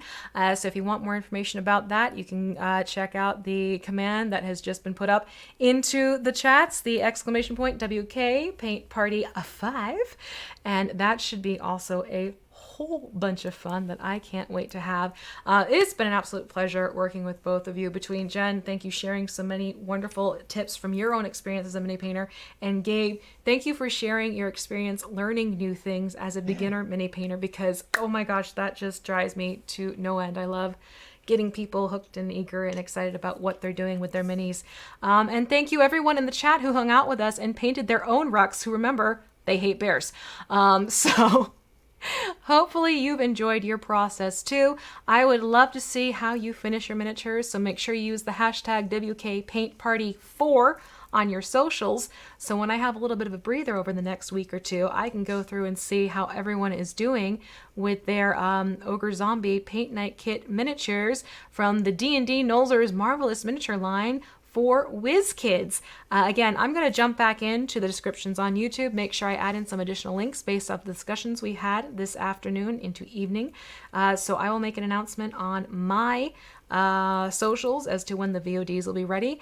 For those of you who want to check back and be able to get those links, make sure you do that both on WizKids YouTube and my YouTube. And let's see here. So you will go hopefully from this to this undead beauty. Isn't that fun? That is pretty much it for tonight. So again, thank you everyone. I'm going to wrap up the stream like I like to wrap things up all the time. And if you want to find me, I'm via Muse pretty much everywhere. But I'm going to wrap this up the way I do every single stream. And I always truly mean this. Be good to yourselves. Be good to each other. I'll see you on the flip side. Take care, everyone. Thank you. Bye-bye.